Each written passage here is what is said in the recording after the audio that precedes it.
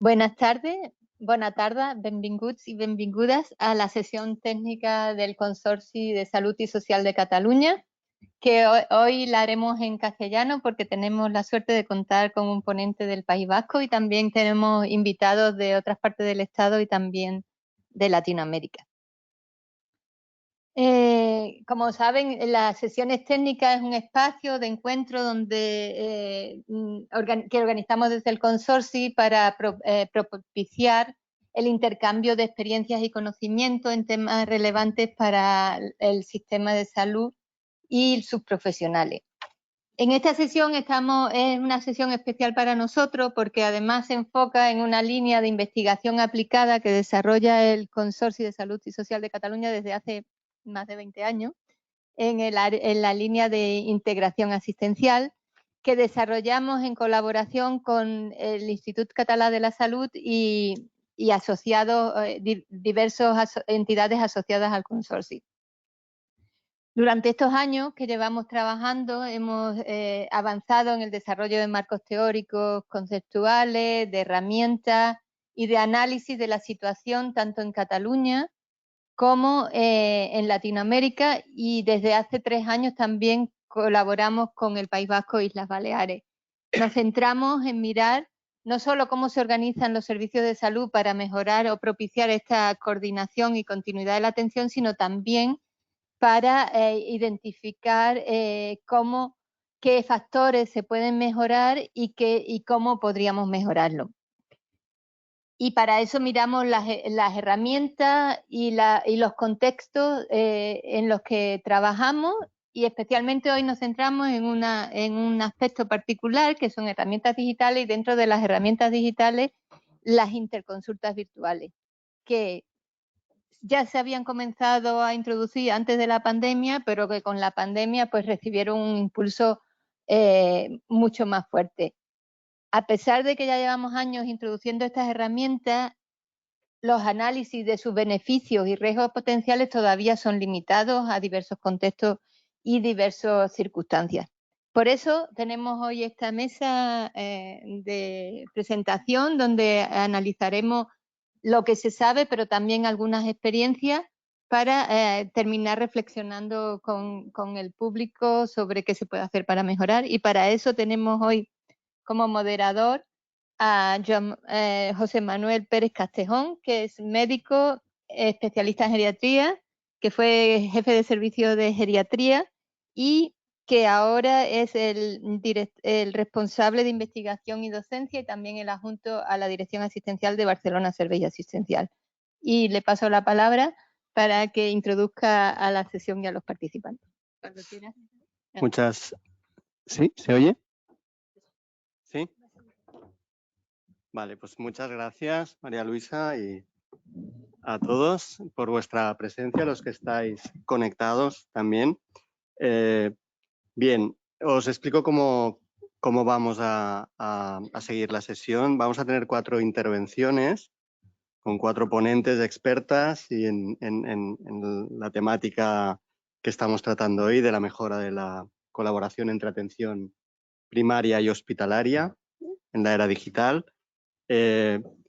Tenemos a Ingrid Vargas con nosotros a mi izquierda, doctora en salud pública y máster en políticas públicas y sociales, investigadora del Servicio de Estudios del Consorci, tiene una larga experiencia investigadora aplicada al desarrollo de los sistemas sanitarios, ha trabajado especialmente la equidad y el acceso a la asistencia sanitaria, así como los servicios integrados de salud. Ella nos hablará en principio analizará la evidencia sobre los factores que influyen en la implementación y el impacto sobre la coordinación. A su izquierda, Elvira Sánchez. Elvira es licenciada en ADE, es máster en gestión de instituciones sanitarias, tiene estudios de posgrado en Big Data y trabaja como técnico de evaluación en la Unidad de Información Asistencial del SIBE, colabora con el Servicio de Estudios del CSC y también su área de interés es la evaluación de las intervenciones sanitarias. Nos hablará de la evolución desde su implantación A su izquierda, Amparo Navasquillo, que es graduada en Pedagogía y máster en Gestión Integrada de Servicios de Atención Primaria, Sociales, Hospitalarios y Comunitarios. Ella es miembro del Consejo de Salud de Terras de l'Ebre. Anteriormente había sido responsable territorial del área de ciudadanía y actualmente es la directora de Organización y Estrategia de la Gerencia del ICS en las Terras de l'Ebre. Y también nos dará su visión en un territorio pues, que tiene también unas circunstancias muy concretas y que seguramente será muy interesante para todos. Y a su izquierda tenemos a Mikel Ogueta. Mikel es médico de familia, ha trabajado en micro, en meso y en macro, en todos los niveles asistenciales, ha tenido responsabilidades de dirección como subdirector de calidad de Osakidetza y actualmente es el responsable funcional de la historia clínica de Osakidetza Osasunbide Global. En principio vamos a hacer las intervenciones van a ser de 15 minutos, excepto la de Ingrid, que será de 20. Y yo creo que sin más vamos a dar paso, intentaremos ajustarnos al tiempo y os iré avisando. ¿De acuerdo? Muchas gracias. Muchas gracias. ¿Se me oye desde esta distancia? Vale. Bueno, entonces, como dijo Joan Manuel, yo voy a hablar sobre la evidencia en el contexto internacional y nacional sobre el uso de las interconsultas virtuales, las contribuciones y los riesgos, ¿no? Y en la segunda parte también aportaré con algunos resultados del proyecto Coordenatix que evaluaba, entre otras cosas, también el uso de estas herramientas en el País Vasco y Cataluña. A ver, entonces, ¿por qué? Bueno, todos sabemos que la coordinación entre niveles de atención es una prioridad en el Sistema Nacional de Salud y en el nuestro y en general en todos los basados en el modelo de atención basado en la primaria, por las implicaciones en la calidad y en la eficiencia de los sistemas, ¿no? Y de hecho están en documentos de política en nuestro sistema de salud como una prioridad la que orientarse. En los últimos años, además, en el Sistema Nacional de Salud español, como en otros, ha vivido la inversión creciente económica en las TICs, por su potencial para mejorar la coordinación y la eficiencia del sistema, que se aceleró además durante la pandemia. Sin embargo, la evidencia que existe lo que muestra es que su implementación es desigual entre comunidades autónomas y no solo entre, sino también dentro de las comunidades, entre áreas, servicios y especialidades y profesionales, ¿no?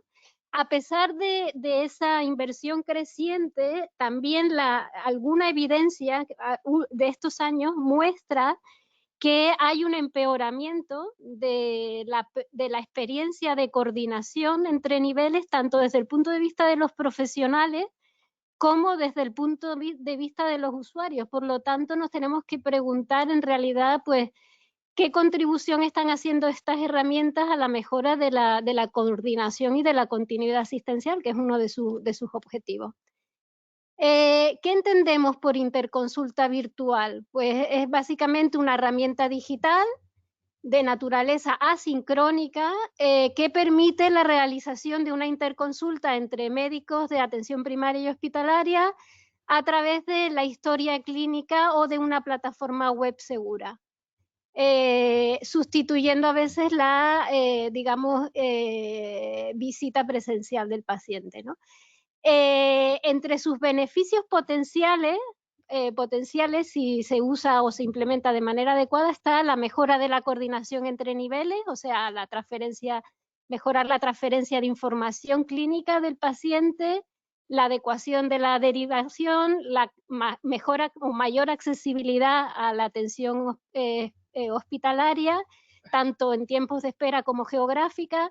También puede ser una herramienta para mejorar la formación de los profesionales y disminuir derivación presencial de pacientes y por lo tanto los costes del sistema. Estos son los beneficios potenciales, no quiere decir que esté demostrado que mejora todos estos aspectos. De hecho, hay algunas revisiones sistemáticas o de alcance en el contexto internacional que se enfocan en intentar ver qué resultados tienen las interconsultas virtuales, sobre todo sobre la calidad y seguridad del paciente, sobre los costes y sobre la coordinación asistencial. Y nos vamos a enfocar en los resultados que han obtenido estas revisiones sobre la coordinación asistencial. Aquí, ¿qué dice la evidencia? Pues la evidencia es que se invierte poco, pero se evalúa poco. Y la mayor parte de lo que se evalúa está centrado de interconsulta y su contribución a la coordinación está centrado en Norteamérica. Y los resultados de esta evidencia son contradictorios, especialmente los que provienen de estudios cualitativos.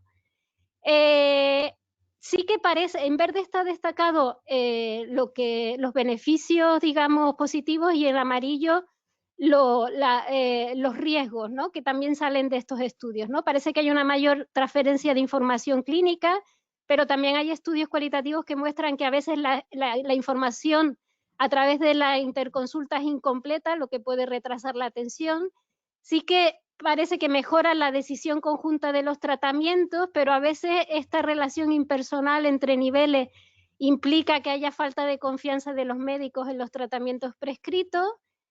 Mejora el seguimiento del paciente entre niveles, y esto es lo que más está evaluado, o sea, hay mayor recepción de recomendaciones por parte de los especialistas cuando lo comparas con la interconsulta tradicional, y mayor adecuación de las derivaciones, pero también puede incrementar las derivaciones innecesarias, porque es más fácil, digamos, hacerla de interconsulta virtual, o una falta de claridad en cuando se aplica en quién debe hacer el seguimiento, el rol de seguimiento del paciente. Y también los estudios muestran que hay una que la implantación de las interconsultas mejora la accesibilidad entre niveles, el tiempo de respuesta del especialista y la reducción de tiempos de espera, pero que en algunos contextos también pueden incrementar los tiempos porque implica la solicitud de las pruebas complementarias antes de llevar a cabo la interconsulta, ¿no?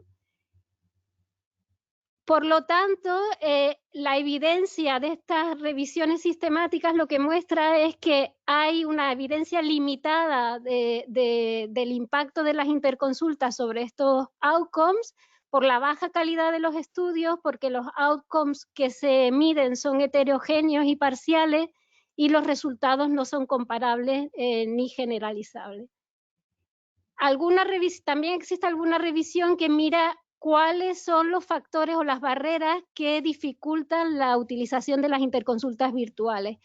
Y emergen en el contexto internacional barreras relacionadas con los servicios de salud, como problemas en el diseño de la herramienta, problemas de seguridad y privacidad, falta de recursos en forma de tiempo de los profesionales para usarla, sobrecarga de trabajo, porque aumenta la sobrecarga de aquellos que están implicados en la interconsulta, problemas técnicos y falta de formación para el uso, y también barreras relacionadas con los profesionales, con sus habilidades tecnológicas, con la pérdida de contacto con el paciente, y desde el punto de vista de los pacientes, pues la preferencia de la consulta presencial, la percepción de que se constituye en una barrera para acceder al especialista, y también relacionados con la seguridad y privacidad de la herramienta.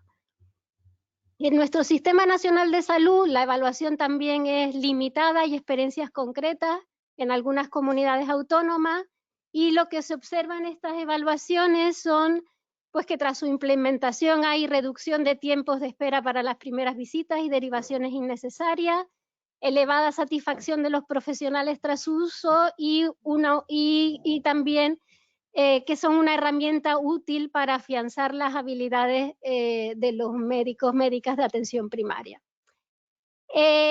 Nosotras, en colaboración con el grupo Gaia de evaluación de integración de atención en el consorcio, hemos hecho algunos estudios también para ver el uso de estas herramientas de la interconsulta virtual, y el último ha sido el del Coordena-TICS, que se llevó a cabo no solo en Cataluña, sino también en el País Vasco, a través de una encuesta a médicos, médicas de distintas áreas era de 3 comunidades autónomas, País Vasco, Cataluña y Islas Baleares,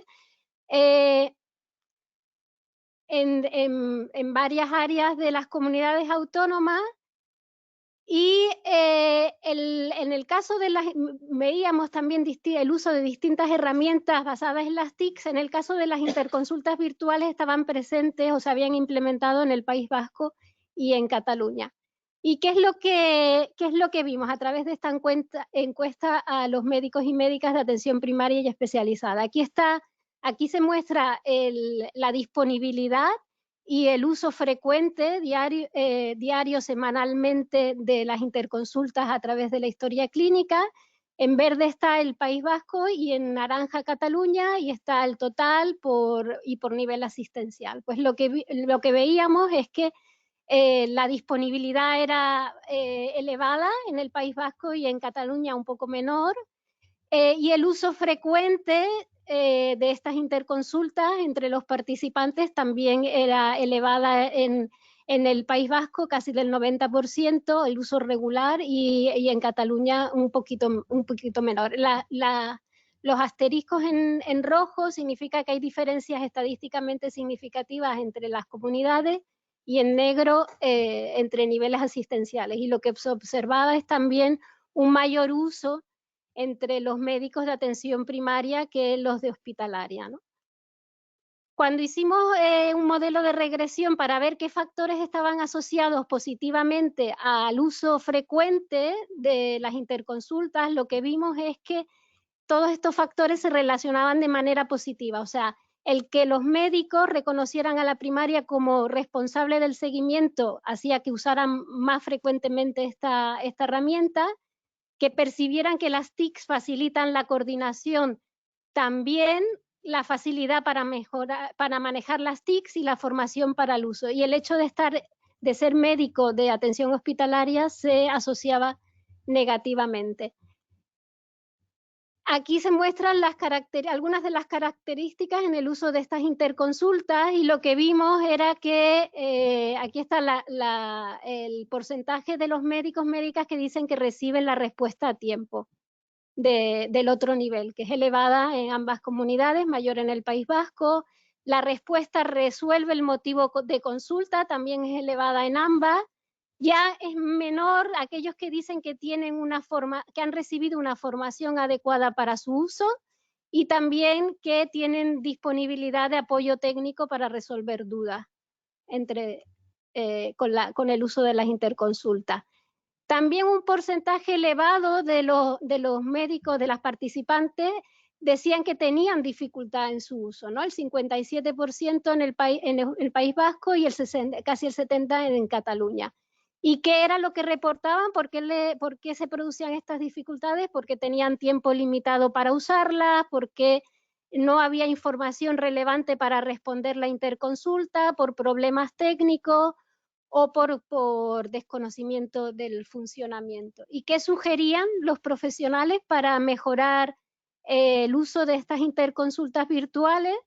Pues básicamente coincidían en el País Vasco y en Cataluña: mayor formación para mejorar su uso o criterios para utilizarla, consensuado, que se incluyera un espacio sincrónico en la interconsulta virtual para que permitiera esa comunicación directa entre los médicos de primaria y hospitalaria. En el País Vasco había un porcentaje elevado que decía que las interconsultas funcionaban correctamente. También proponían que se establecieran tiempos máximos de respuesta del especialista a la interconsulta, y también más tiempo para usar esta herramienta. Así que, como conclusión, vemos que se ha incrementado la implementación de las interconsultas virtuales en el contexto internacional y nacional, a pesar de la limitada evidencia sobre su contribución a la coordinación entre niveles. En las barreras de uso, en la evidencia también destacan las relacionadas con los servicios de salud, o sea, aspectos de debilidades del diseño y de que no se garantizan las condiciones apropiadas para utilizarla.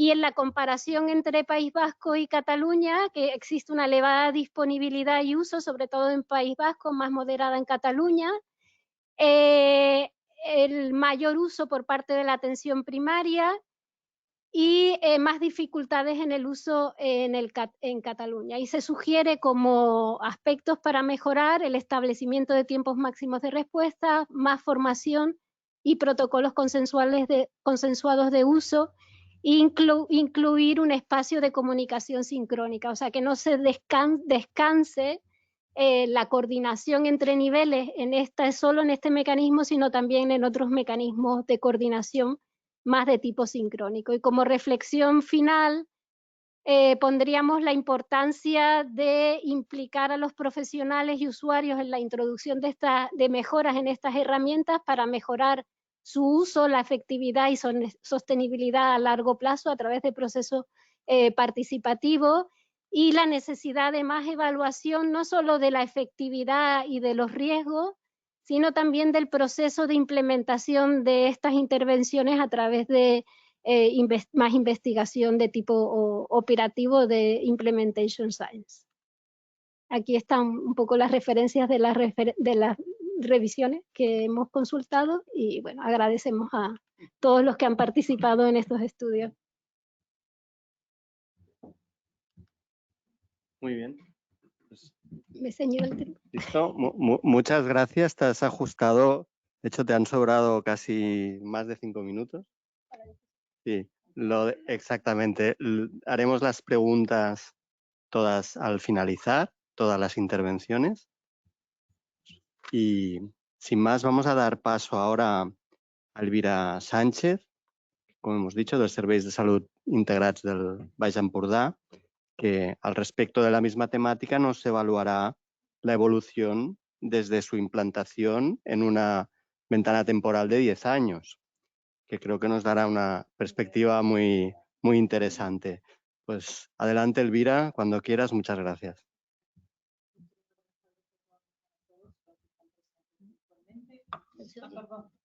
No se oye. Pues entonces el micrófono O cambiaros de silla. Sí. Espera, que igual está...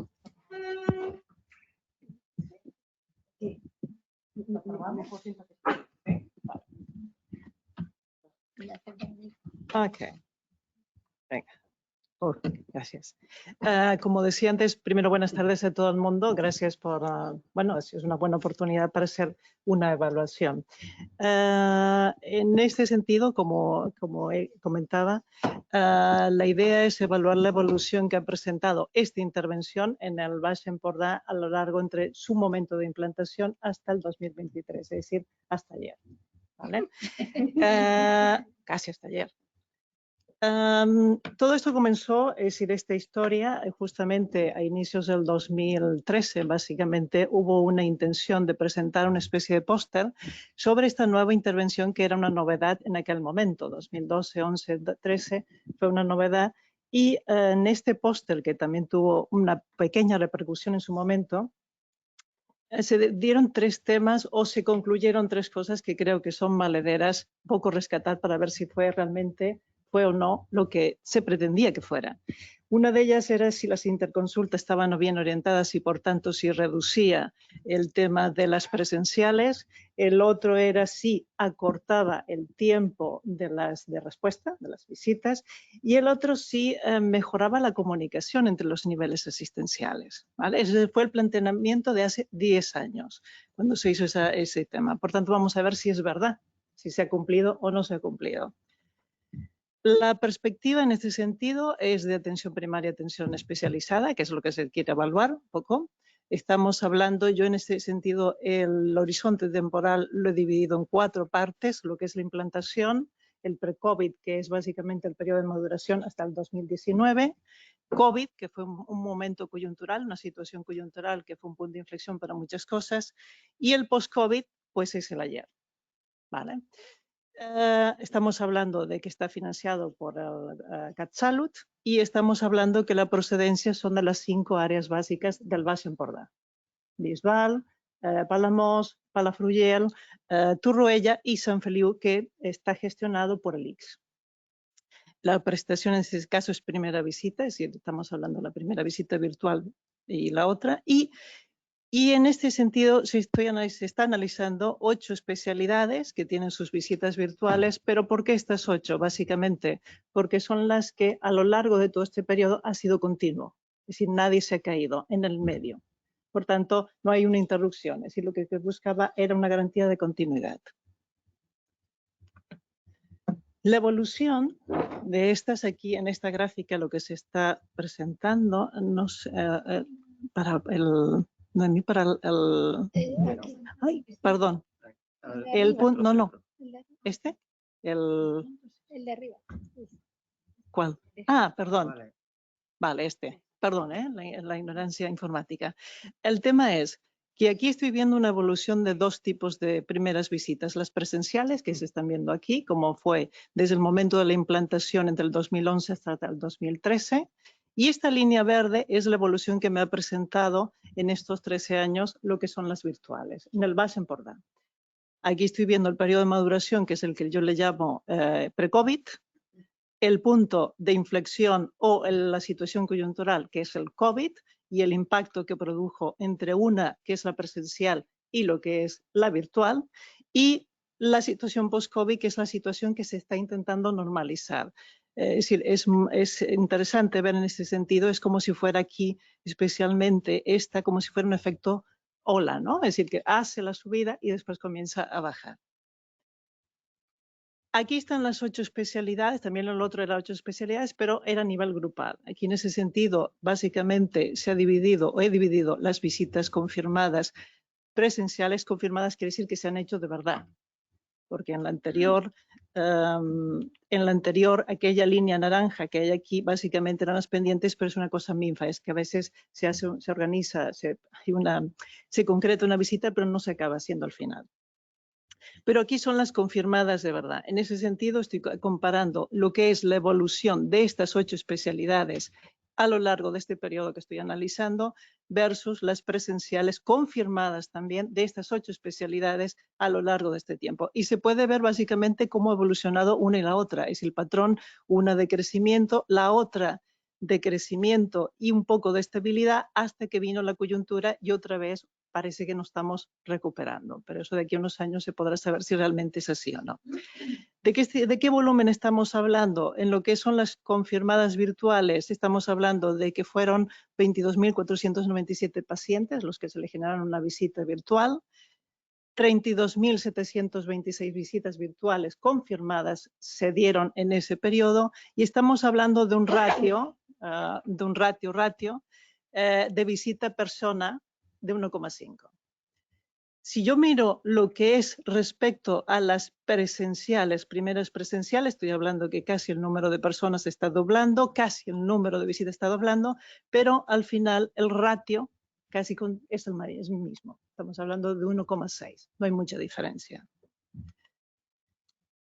Este periodo, una de las preguntas de la persona que es la que lleva el tema en CIBE, la persona asistencial responsable de este tema, que lleva una de las preguntas o un tema que yo dije, ostras, Elvira, sería interesante saber si tal vez los profesionales aprenden de este tipo de intervenciones.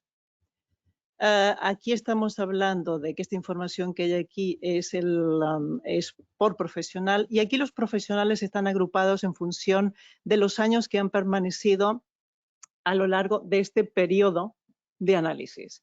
Yo estoy encontrando aquí, por ejemplo, tengo 31 personas que han estado a lo largo de estos 13 años, pero aquí yo tengo 23 personas que solamente han estado un año. Entonces, inspirada en lo que es el ratio de primeras sucesivas, digamos, no sé si se ha inventado, pero al menos en ese momento creo que lo inventé, estamos hablando del ratio visitas virtuales presenciales, es decir, la capacidad de sustitución. Por cada visita presencial que estoy generando, ¿cuántas virtuales hay? Y en promedio estoy viendo que una persona que ha estado desde el momento de la implantación, es decir, desde el proceso, que ha comenzado a aprender, digamos, ha tenido que ver obstáculos, beneficios, etcétera, ha ido aprendiendo, se ha estabilizado y estamos hablando de un ratio de 0,5, si por cada visita la mitad es virtual. Mientras que, curioso, los que han entrado probablemente en el 2023 o en el 2022, estamos hablando de 1,6. ¿Qué significa eso? ¿Que ellos son mejores que los anteriores? Yo concluyo que no.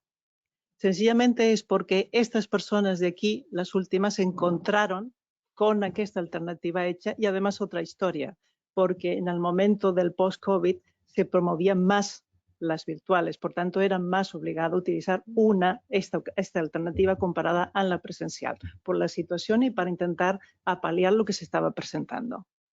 Porque si lo miramos a partir del tercer año, básicamente estamos hablando que el ratio, entre cometas, es una cosa y la otra.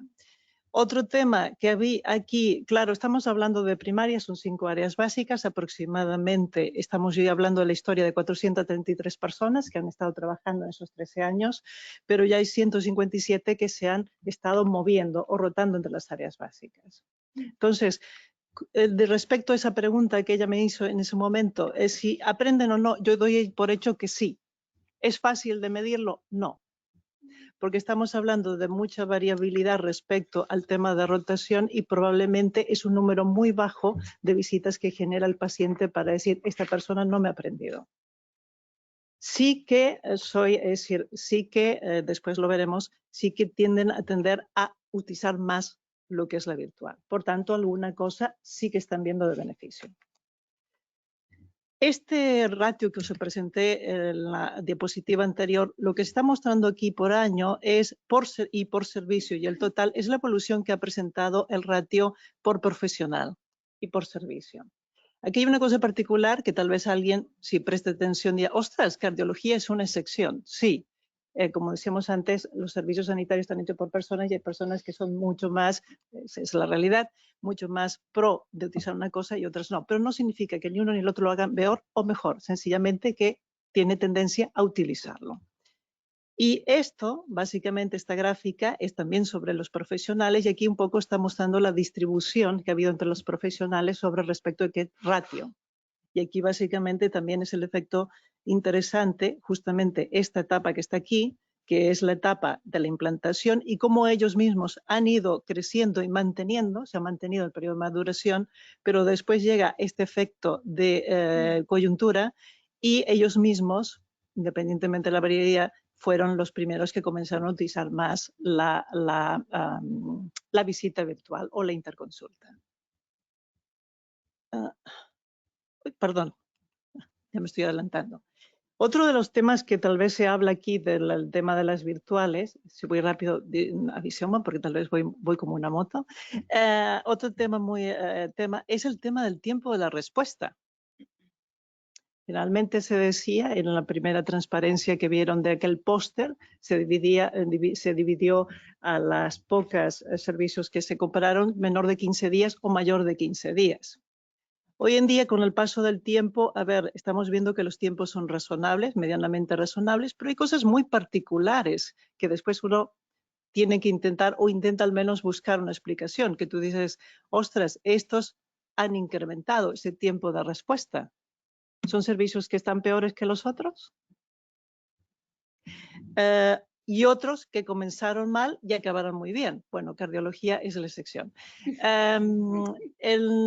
Estamos hablando, por ejemplo, reumatología. Pero si lo miramos a nivel de promedio, que es básicamente el instrumento que contiene los extremos, probablemente más allá de todo lo que ha pasado y todo lo que se ha presentado, la evolución que ha presentado, los números no son tan malos. Pero después la otra unidad que tomo siempre de referencia es la mediana y tampoco me está mostrando porcentajes bastante razonables. Perdón, días bastante razonables. ¿Qué es lo que quiero decir aquí? Que aquí probablemente el tiempo de respuesta no es porque, como decíamos antes, son personas y depende de la cantidad que estas personas también condiciona el tiempo de respuesta. Si yo tengo un número razonable de miembros en un equipo, probablemente el tiempo de respuesta sea menor. Pero si por X razones ese tiempo o esas personas, alguna de ellas desaparece, pues ¿qué pasará? El tiempo probablemente sea grande. Entonces estamos hablando de que hay una cierta condición respecto a los recursos disponibles. Y aquí se ven algunos servicios que en un momento comenzaron mal y han acabado bien. Es decir, no estamos hablando de que lo hagan peor o mal, no, sino estamos hablando de la disponibilidad de recursos.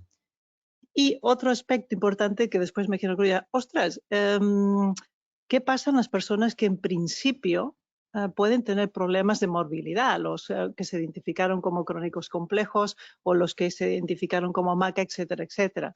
Básicamente, si uno lo mira, no son personas que han tenido más visitas que la población normal. Estamos hablando de 1,7 respecto a 1,5. Por tanto, tampoco lo estamos viendo aquí. Si alguien ha apreciado, yo dije que se habían 22.400 y pico de pacientes. La diferencia es que hay unos 4.000 pacientes, que son estos, que tienen 2 visitas. Es por esa razón que hay aquí estos 26.000. Y ya para casi acabar, aquí estamos hablando, ostras, ¿qué actividad extra me ha generado estas prestaciones virtuales? Estoy viendo aquí básicamente que en pruebas externas todo cantidad de visitas me han generado un 3% de pruebas de derivación de pruebas externas. Aquí estamos hablando que el 17% de estas visitas que estamos viendo aquí me han generado lo que se llaman visitas sucesivas o bien otras intervenciones ambulatorias, 2.500 son sucesivas. Y aquí estamos viendo que el 3,5 son pruebas internas, es un TAC, una resonancia, una radiografía, etc. Es decir, ¿me están generando mucho volumen de coste? Probablemente no. Y aquí es lo que yo os comentaba antes, que el tema de que esta parte de aquí, que es el periodo de maduración de las visitas virtuales, se ve un incremento hasta el momento del shock. En ese sentido, ese incremento es que estoy viendo que los profesionales son más asiduos a utilizarla. Por eso digo, no se puede medir directamente si ha aprendido, pero indirectamente puedo decir que sí, o me arriesgo a decir que sí. Conclusiones. Tomando aquello póster de hace 10 años, cuando yo decía que las interconsultas están orientadas y se evitan presenciales, sí. De acuerdo yo lo que he visto, sí. Más o menos el cálculo que he hecho, estamos hablando que para el periodo desde la implantación hasta el periodo de maduración, que es el pre-COVID, estoy hablando de un 20% de reducción que ha implicado. Reducción que se ha mantenido a lo largo del periodo de maduración hasta que llegó el COVID y aquí fue otra situación la que se dio. Si acorta los temas, perdón si está en catalán, pero más o menos se entiende, si reduce los tiempos de respuesta, yo diría que sí, pero también la historia me está mostrando de que depende mucho de los recursos que hay disponibles para dar la respuesta. Es decir, no se puede pretender que una persona me responda a todas en menos de 10 días a tener 3 que lo hagan al mismo tiempo. Estamos hablando de un causa-efecto, una condición. Si agiliza la comunicación entre niveles, diría que sí, porque estoy viendo que ha incrementado. Más allá del factor coyuntural que se ha presentado, que es el tema que ha provocado un crecimiento bastante importante, pero ha sido por motivos de necesidad, pues en cierta forma en el periodo de maduración, que es mi periodo de referencia, yo creo que sí, porque ha incrementado por sí solo. ¿Cuáles son las nuevas que estoy agregando ahora? Primero, las situaciones coyunturales. He visto que tiene buena capacidad de adaptación y de dar respuesta a situaciones que probablemente necesitan. Si estoy delante de una situación de contención y no puedo dar presencial, pues tiene buena capacidad de contención, por tanto, perdón, de respuesta, no de contención. Delante de una situación de contención pueden dar mucha respuesta y son flexibles. Asignación de recursos puede ser justamente por el tema de los costes extras que me he implicado, que son bastante bajos, pueden ser básicamente actuar como un buen filtro de las necesidades de recursos. Es decir, no siempre tiene ahora mismo un médico o una médica tiene la posibilidad de decidir, decir, ostras, tal vez este tema lo puedo llevar yo, lo consulto y me estoy ahorrando muchas cosas. Es decir, estoy filtrando. Por tanto, necesidades que tal vez no son necesariamente complejas. Si es compleja es otro tema, pero si estamos hablando de situaciones no complejas y que tal vez salen un poco de mi ámbito, es una buena opción, por tanto es óptimo. Y mi conclusión final es esta, que promover, y más ahora con el tema de la coyuntura, que es lo que ha provocado este incremento, promover las visitas virtuales entre los profesionales puede favorecer una óptima asignación de recursos y, claro, garantizar una mejor coordinación entre niveles. Gracias por vuestra atención. Sí, espero que se ha cumplido. On time. Okay, gracias. Muchas gracias por tu exposición y por ajustarte al tiempo. A continuación, seguimos con experiencias en el territorio y vamos a viajar de l'Empordà a las Terras de l'Ebre. Y Amparo Navasquillo nos va a explicar bueno, la utilización de estos mecanismos para la mejora de la coordinación clínica entre niveles, el proyecto Coordinats també. Y nada, adelante y muchísimas gracias.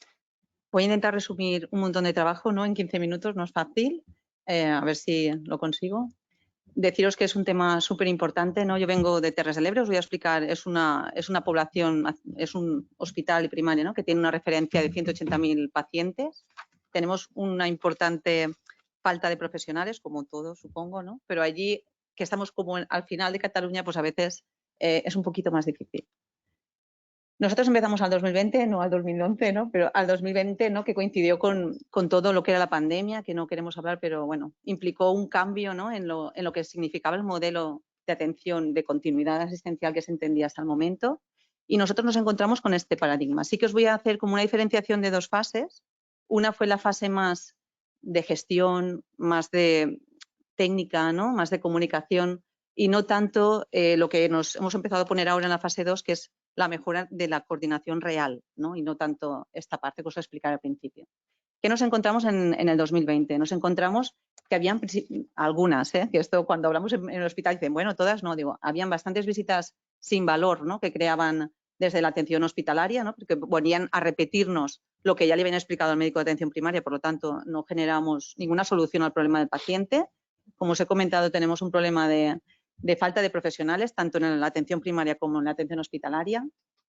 Teníamos un problema también de comunicación unidireccional. Toda la comunicación que había partía de la atención primaria hacia el hospital, nunca del hospital hacia la atención primaria.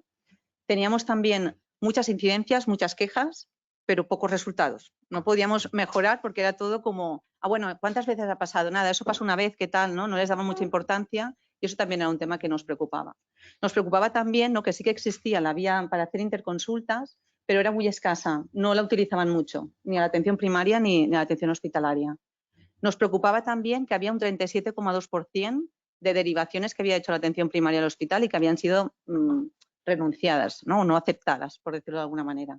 También nos preocupaba, ¿no? Que habían unas derivaciones que atención primaria hacía al hospital y que muchas veces nos enterábamos que habían sido anuladas por el propio paciente, que venía y decía, hace 5 meses que me derivaron a esta especialidad y yo no he vuelto a saber nada. Y luego, bueno, teníamos encima de la mesa la pandemia, ¿no? En positivo, en el 2019 empezamos a hacer, porque ahora explicaré que fuimos un poco drásticos, ¿no? Con el servicio de hematología, la única vía de derivación era la primera visita a distancia sin paciente. Y eso pues nos funcionó bien, hubieron buenos resultados y es lo que hicimos después con el resto de servicios. Y también teníamos la atención primaria y el Hospital Verde de la Cinta, que son los de referencia, que eran ICS, por lo tanto era más fácil, ¿no? También es verdad que nos encontrábamos con el resto de hospitales no ICS que también tenían el mismo sistema informático que era el SAP, por lo tanto era relativamente más fácil y un poco copiar y pegar, ¿no? El año pasado, ¿por qué tenemos que entrar también en ya la parte más de coordinación real, que para mí es sentarnos y hablar de patologías prevalentes y cómo vamos a hacer el manejo de manera consensuada, ¿no? ¿Por qué? Porque el 7% de las visitas que hace la atención primaria requerirán una atención hospitalaria y porque la atención primaria tiene una complejidad muy grande en todo el manejo de patologías que hacen, ¿no? Al día pueden pasar pues por 40 patologías diferentes, ¿no? En un tiempo rápido, en procesos y información que tienen que procesar muy rápidamente y que eso obliga a sí o sí tener las cosas muy claras y muy consensuadas, ¿no? Y en concreto, en el año pasado derivaron a más de 43 especialidades hospitalarias. En la primera fase hicimos un punto, ¿no? Que era todo el tema más de gestión, que era el que yo lideraba en aquel momento. Luego en noviembre se me otorga la posibilidad también de intentar ayudar en la parte más asistencial, entonces me propuse estos retos, ¿no? Un poco que eran disminuir el tiempo del paciente. Yo ya sé que suena muy bien y que quedaré muy bien, pero yo sigo al paciente, por lo tanto al medio están ellos y el objetivo primero es disminuir el tiempo de respuesta al paciente, independientemente del ámbito que dé solución. Definir abordajes consensuados. Nosotros ya no hablamos de criterios de derivación, sino que ponemos en medio, encima de la mesa, ¿no? Las patologías más prevalentes y aquí consensuamos todo.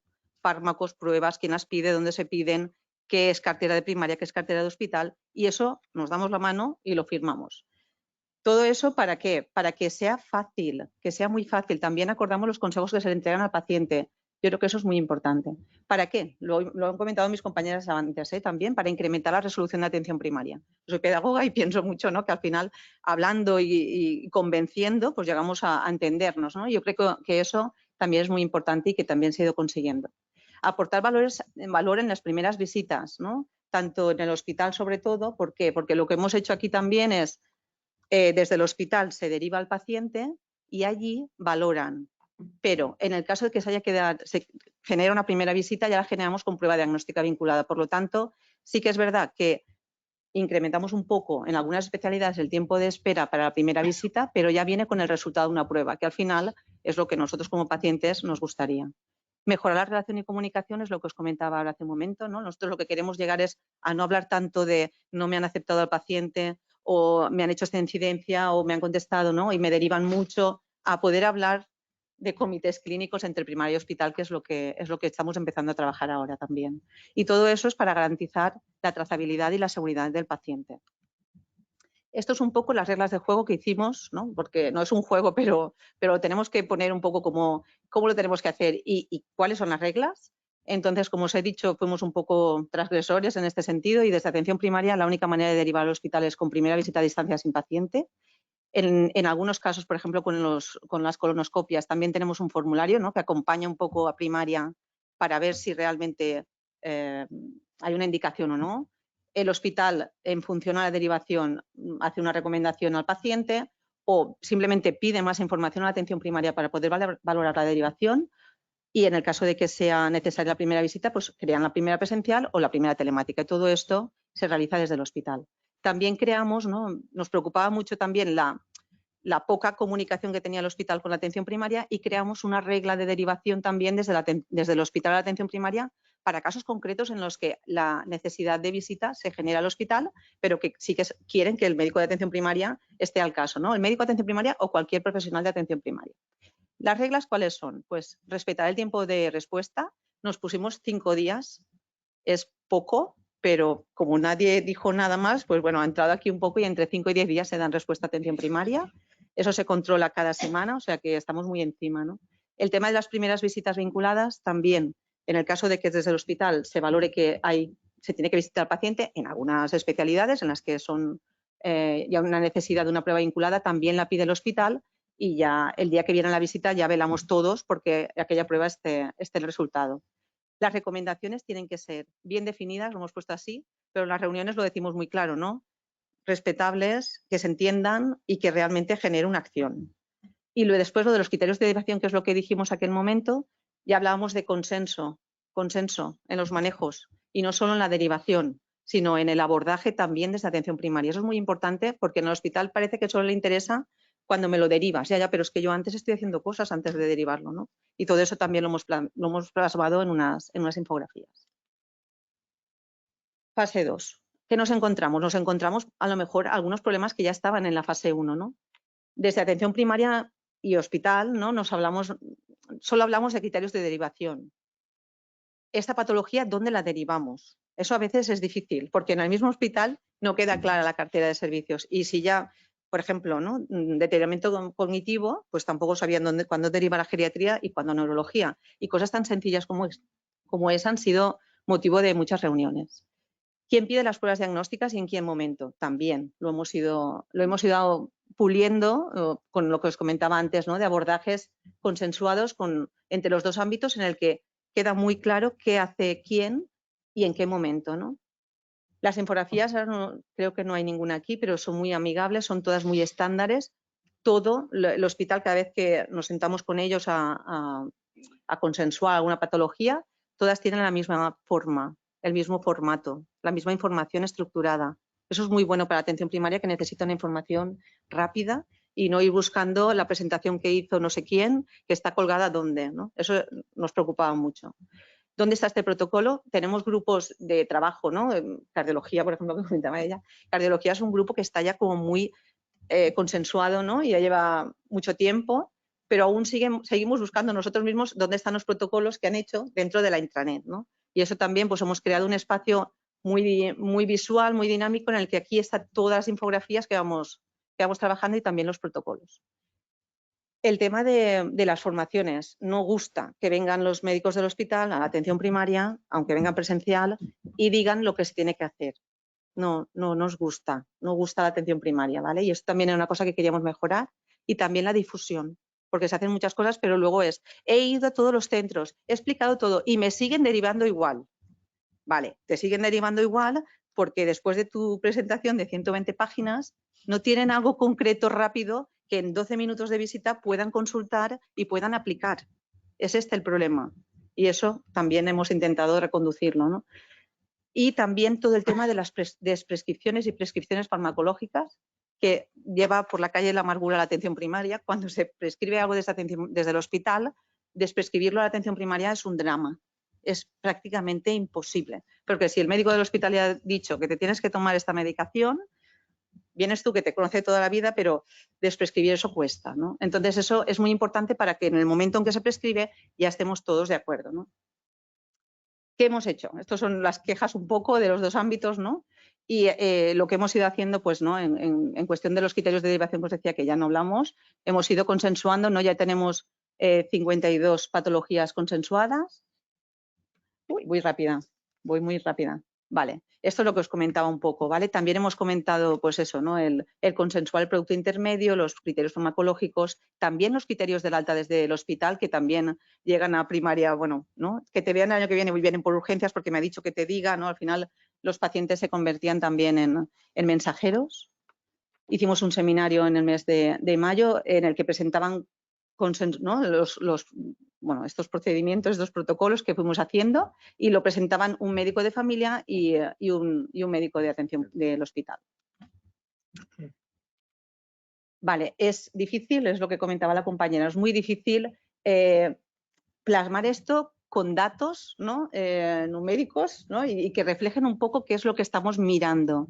Sí que es verdad que esta parte es muy cuantitativa, ¿no? Al final son números y los números los podemos vender como queramos, ¿no? Pero sí que es verdad que nosotros, he dicho antes el Hospital Verge de la Cinta y también desplegamos el mismo proyecto con el resto de hospitales de Terres de l'Ebre. Aquí, ¿qué miramos? Miramos estos indicadores, miramos el tiempo de respuesta en menos de 5 días. Es poco, pero es lo que primaria también tenía que ganar, porque es que no al final, ¿no? Esto es como una negociación y aquí tienen que ganar todos. Lo vieron bien las dos partes, por lo tanto seguimos. En el Hospital Verge de la Cinta el 70% se responden en menos de 5 días y el resto de hospitales también los tenéis aquí.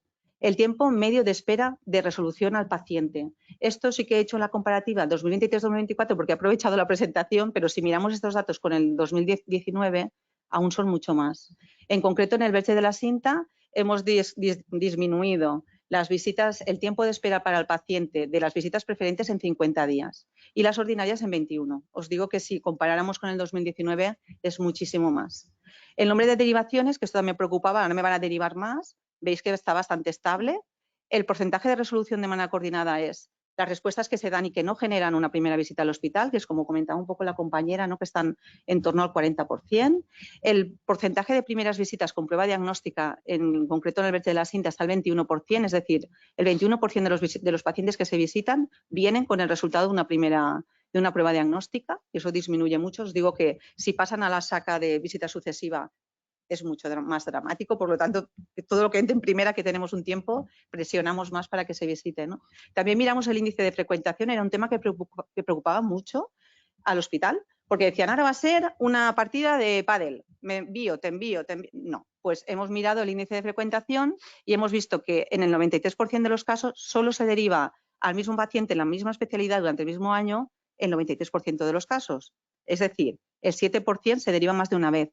Puede ser endocrino, puede ser hemato, puede ser especialidades que es prueba y hablamos, ¿no? O sea que no ha preocupado este tema. Y también, como os decía, abrimos un canal de derivación desde el Hospital a la Atención Primaria y de lo que llevamos de año, durante el año pasado, se derivaron a 282 pacientes. Sí que por el tiempo no os he puesto los resultados de las encuestas que hacemos anuales a atención primaria del hospital y también a pacientes, y la próxima la tenemos para octubre. Sufro por el tiempo. Esto es la parte cuantitativa, la parte cualitativa. Esto es lo que nos dicen los profesionales, ¿no? ¿Qué está pasando? Porque allí son números, los números pues son números, ¿no? Y les podemos dar la interpretación que queremos, que es la que hemos visto antes, que es necesario controlarlo, pero esta parte es la cualitativa y es la que nos habla de cómo me responden, qué me han dicho, si me han resuelto, si no me han resuelto. Y aquí lo tenemos por especialidades y lo tenemos también por tipología. Esto yo, que soy una cabezota, siempre voy hablando con los jefes de servicio para decirles un poco qué está pasando en la atención primaria. Intentamos dar respuestas, sobre todo las quejas que hay también en atención primaria, es el tiempo que tenemos para citar a los pacientes, porque eso es una avalancha de la atención primaria, no me visitan, no me llaman, no me citan, y eso pasa, es el 70% de las incidencias que tenemos registradas. Luego también pues tenemos todo lo que sería, ¿no?, la respuesta, y el 3,2% no estaban de acuerdo con la respuesta. Es poco, esto ha ido bajando, es importante que esto vaya bajando porque eso es la cualidad que percibe el médico de atención primaria. Y después, bueno, tenemos por meses que veis que lo van utilizando, y ya por acabar, que se mira el reloj. Es una frase que siempre lo digo para que nos riamos, ¿no? Pero algunos matrimonios acaban bien y otros duran toda la vida. Y este va a durar toda la vida y va a acabar bien. Gracias. Muchas gracias, Ampar.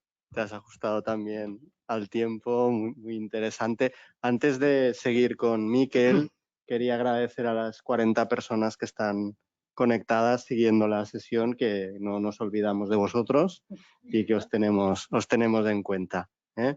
Muchas gracias. Bien, para acabar la ronda de exposiciones, ahora vamos a coger el avión y nos vamos al País Vasco, y Miquel Ogueta, como os he dicho, os va a explicar su experiencia desde diferentes ámbitos de responsabilidad, también con su trayectoria profesional, al respecto de toda esta temática tan interesante en el contexto de Osakidetza. Así que, Miquel, cuando quieras, adelante. Bueno, buenas tardes. Yo creo que viene muy bien porque además es una continuidad de lo que ha estado contando Amparo, ¿no?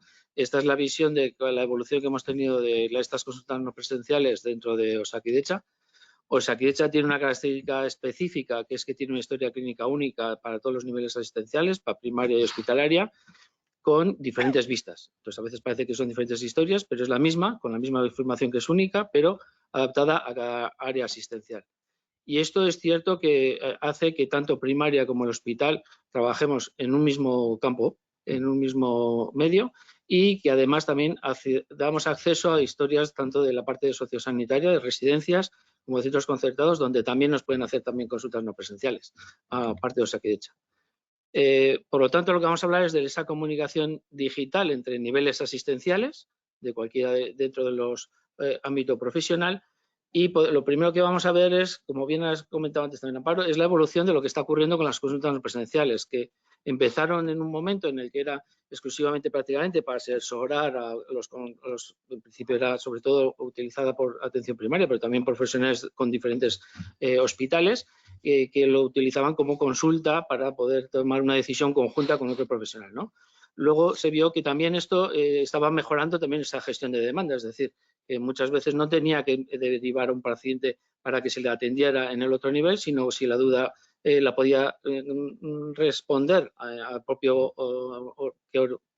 personal que ha originado la consulta, pues daba la respuesta al propio paciente, ¿no?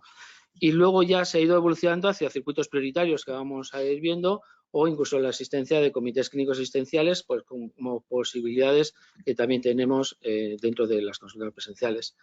La verdad es que las consultas no presenciales, ya cuando te vas a elegir esta posibilidad desde atención primaria o desde un profesional a otro, todos los servicios ya dan dentro de su cartera de servicios esta posibilidad, con lo cual tú puedes elegir cuál es el servicio al que tú le vas a derivar, y eso se define en un mapa de derivaciones, porque depende también pues, de los acuerdos, como bien habías dicho antes, entre tanto la parte hospitalaria y la parte de atención primaria. Todas estas consultas que se realizan pues le caen a los profesionales dentro de un panel en el que caen las consultas, se pueden distribuir entre profesionales, cada servicio se organiza pues para dar una respuesta en un tiempo correcto, que es una de las claves para una consulta presencial, porque si no, pues no aportan realmente una ventaja. Y a partir de aquí lo que hace es, se accede directamente a la historia del paciente, accediendo tanto a la consulta como que ya estamos dentro de la historia del paciente, con lo cual ya tenemos acceso a toda la información que cualquier otro profesional que le vaya a atender pues tiene a su disposición, ¿no? Y a diferencia de un principio cuando se hicieron las consultas presenciales, la respuesta no es al profesional que le ha hecho, sino que la respuesta se escribe dentro del evolutivo, del ebook del paciente, que queda ligado a esa consulta, pero para que pueda ser atendida por cualquier profesional que pueda atenderle por otro motivo o por lo que sea a ese paciente, ¿no? Por lo tanto, es una alternativa a esas consultas telefónicas tradicionales que era difícil muchas veces y que no estaban institucionalizadas en el País Vasco, de localizar al especialista o al hospitalario en determinadas horas y por lo tanto pues es una comunicación asíncrona que además deja registrado cada uno lo que hace su indicación dentro de la propia historia clínica. No es él me ha dicho que ha hecho, ¿no? O que tengo que hacer. Y luego además también tiene la gran ventaja de que como ambos estamos en la misma historia clínica, cada uno de nosotros nos responsabilizamos de lo que hacemos. Si hay que pedir una analítica, pues pídela tú, porque tú estás en el mismo historia clínica que yo. Quiero decir que seamos responsables de lo que pedimos y nos pasemos, que lo has explicado antes muy bien, eso de hazle tú estas cosas, porque al final eso se vive muy mal. Este es el radar, este es el panel clínico que tenemos en atención primaria, donde cada profesional ve de sus 1.500 cupos, pues todos los que están ingresados en este momento, los que le han dado de alta, etcétera, y dentro de las consultas no presenciales vemos la situación de información de todas las consultas. De hecho, en atención primaria no son las más relevantes para este caso, son las no presenciales, pero yo puedo ver que hoy han tenido consulta de determinados pacientes y no han asistido a esa consulta o si han asistido independientemente, porque es una comunicación automática que se genera para el profesional de atención primaria de toda la información sobre su cupo. De la parte hospitalaria, la parte que tenemos es que se puede realizar una derivación tanto a su cupo médico como enfermería a través de consultas presenciales o telefónicas. Es cierto que se genera una parte de una consulta no presencial y en los momentos en los que se introdujo el tema de la saturación de primaria, pues creo ese miedo de que me fuercen muchas más consultas y no se activó, pero bueno, es una de las, de hecho, si habéis visto lo que han comentado en la organosis, es una de las peticiones que se hacen también pues en esa bidireccionalidad, ¿no? La segunda parte que se vio de la ventaja era esa gestión de la demanda. Con la consulta no presencial lo que hemos visto es que muchas derivaciones que no hacían falta pues se podían hacer y se podía responder y además así empoderaba mayor al profesional que hacía la consulta, con lo cual mejoraba también los resultados, la respuesta de la atención sanitaria y de esa forma pues bueno, se iba adecuando la atención de una forma garantizando esa continuidad asistencial, ¿no? ¿Qué es lo que se ha visto? Pues que bueno, pues esto ha ido evolucionando hacia algunas solicitudes que también se han hecho desde la parte tanto hospitalaria como primaria, que es la generación de consultas con valoración, que es otra modalidad, ¿no? Entonces, esa consulta no presencial es la que hemos visto antes en ese panel. Y la consulta con valoración, lo que ocurre es que, como veis, en esta consulta no presencial, el profesional hace esa consulta, se le hace una respuesta y con esa respuesta se toma una decisión que el propio profesional que ha hecho la consulta transmite al paciente. En las consultas con valoración, lo que ocurre es que, en este caso, con la prioridad de una derivación presencial, que hasta ahora siempre ha estado establecida por el profesional que deriva, que es el que dice si es preferente, si es normal, etcétera, dependiendo de las circunstancias del servicio receptor, se estableció que no podían perder ese plus que tenían con las no presenciales de que ellos podían priorizar o elegir o responder de una forma u otra, y lo que se ha estado trabajando es precisamente en que si yo voy a hacer una consulta presencial, pero el hospital va a poder determinar que él va a hacer una valoración de esa consulta, ¿no? Y esa valoración puede ser temporal, porque dependiendo de la lista de espera, de la respuesta que le vayamos a dar, pues será más o menos, o de los recursos que tiene, ¿no? Y en ese caso, pues bueno, pues lo que vemos es que ahí les llegan, ellos ven también en ese censo las consultas con valoración, en esas consultas con valoración viene el motivo, pueden acceder desde el nombre del paciente, pueden acceder a su historia clínica para completar todo y como bien habías comentado antes, pues en caso de que se necesite una petición de una prueba, un ecocardio o una otra prueba que se haya tomado la decisión y no se haya pedido el otro nivel, para que la primera consulta realmente sea de alta resolución, que es lo que estamos buscando también, que al final no es que hagamos más consultas, sino que realmente seamos más eficientes. Con menos consultas podamos dar solución al paciente, que es lo que realmente nos preocupa, ¿no? Uno de los también ventajas que se han visto con las no presenciales es hacer circuitos prioritarios. Dentro de los circuitos prioritarios son o bien para patologías muy concretas en los que hay profesionales que están muy centralizados, incluso fuera de tu hospital, para responder a determinadas solicitudes. Y uno de los circuitos fue los circuitos que nosotros le llamamos MinVisi, que es cáncer, pero que está dentro del programa de oncológicos, que son circuitos prioritarios para descartar patologías con sospecha de neoplasias, para que éstas tengan una vía mucho más ágil y mucho más rápida en ese paciente y sobre todo ya no solo para nosotros por dentro del circuito, sino para que el paciente, ante ya esa sospecha, pues que sea la confirmación del diagnóstico lo antes posible y su inicio de tratamiento pues dentro de ya gestionado por un equipo con una gestora de caso, etcétera, dentro del hospital, ¿no? Ya tenemos muchos ejemplos de MinVisis, MinVisis de pulmón, colon, esofago, y esto sí que es cierto que la distribución de esto dentro de los Osakidetza es muy variable. Hay hospitales que tienen todos los MinVisis, otros solamente han empezado por pulmón, pero bueno, pero son las posibilidades que realmente dentro además del plan oncológico de Euskadi pues se están potenciando para potenciar una atención más rápida e integrada a estos casos de sospecha, ¿no? Esto, por ejemplo, es una tabla resumen de cómo se van viendo las atenciones que van teniendo, si se han pedido determinadas pruebas, si ya se han revisado, si están disponibles y cuál es la decisión del comité, por ejemplo, que se ha podido tomar oncológico, que queda registrado en un sitio también unificado para que sea fácil el acceso a esa información, ¿no?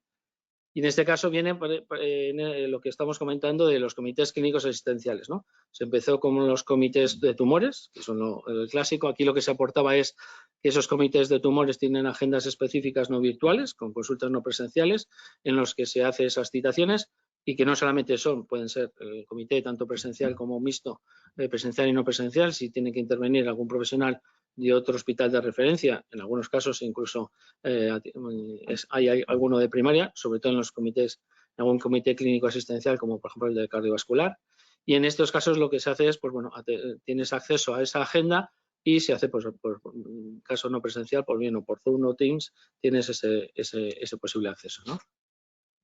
Y para finalizar, yo creo que, como se ha comentado antes, uno de los casos más clásicos que se ha hecho de la consulta no presencial es la consulta de telederma, ¿no? Es una consulta en la que la imagen es clara, es evidente y que lo que se ha hecho ahora, nosotros lo que hemos hecho es cómo facilitar la adquisición de esa imagen y que se incorpore en la propia historia clínica, porque a veces, esto lo comentábamos antes, es más el costo de lo que tengo que hacer para que le llegue que lo que hay que luego vaya, ¿no? Yo creo que también en estas cosas a veces, y viene un poco a colación de lo que habéis comentado antes, cuando vamos del todo al nada, es decir, antes teníamos, nosotros por ejemplo cuando empezaron las telefónicas, digo con los pacientes, se hacía un 25% y era un éxito. Cuando se hace el 100% es un fracaso, porque al final lo que hemos hecho es que todo el mundo tenga que ir por una única vía como única solución, ¿no? En este caso, sí que es cierto que la gestión de telederma, con la problemática que en principio tenemos todos de dermatología, pues es una muy buena opción para poder priorizar la atención de estos pacientes. Entonces, lo que se ha hecho, la interconsulta es la misma que la que hacemos con todos los demás profesionales, pero se le ha añadido ahí ese icono, ese QR, de tal forma que yo cuando voy a hacer la interconsulta, pues le clico a ese QR y tenemos una aplicación, una app que se llama Irudigune, que al final es una carpeta de imágenes, que lo que hace es que te la puedes descargar del móvil y lo que se hace es que desde el propio móvil nosotros asociamos el profesional a su cuenta de Osakidetza, de tal forma que yo cuando accedo a esa app me identifico igual que cuando me identifico en un ordenador, el sistema me valida, me manda un autenticator, me manda una clave, me identifico con esa clave y a partir de ahí ya saben que el doctor Mikel Ogueta es el que está haciendo esta intervención. El QR que hemos visto es porque tengo que escanear el QR de ese paciente para que no haya errores de CIC, de identificación. Ya está identificado el paciente, veo siempre el nombre, el CIC, la edad y el sexo del paciente que estamos enfrente y lo que hago es proceder a hacer una imagen. Hago una imagen con el propio móvil, piensa en tuyo corporativo, y una vez que voy haciendo las imágenes que sean necesarias, pues puedo hacer o borrar las que no estime oportuno o finalizar esa sesión de fotos, ¿no? Cuando voy a finalizar esa sesión de fotos, una de las posibilidades que también se ha incorporado ahora, que está ahí en esta parte de pilotaje, pero es cómo priorizar estas imágenes también para que el servicio, pues de todas las que le llegan, pues pueda ver cuáles son las que tengan una sospecha de proceso oncológico, ¿no?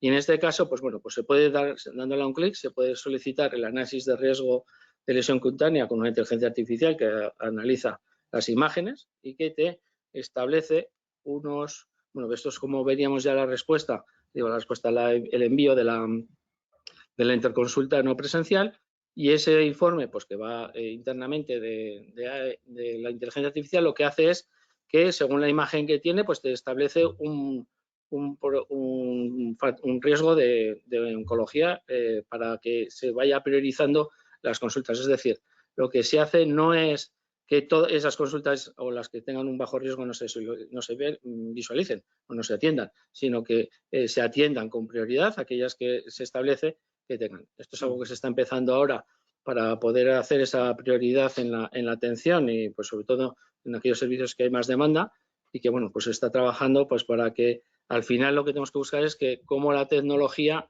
puede ayudarnos a priorizar la atención que tenemos, a optimizar las respuestas y sobre todo son más eficientes, porque como bien han comentado, bueno, en el momento en el que estemos coordinados, tanto en la parte de primaria y hospitalaria, y tengamos un mismo plan, todos salimos ganando, sobre todo el paciente.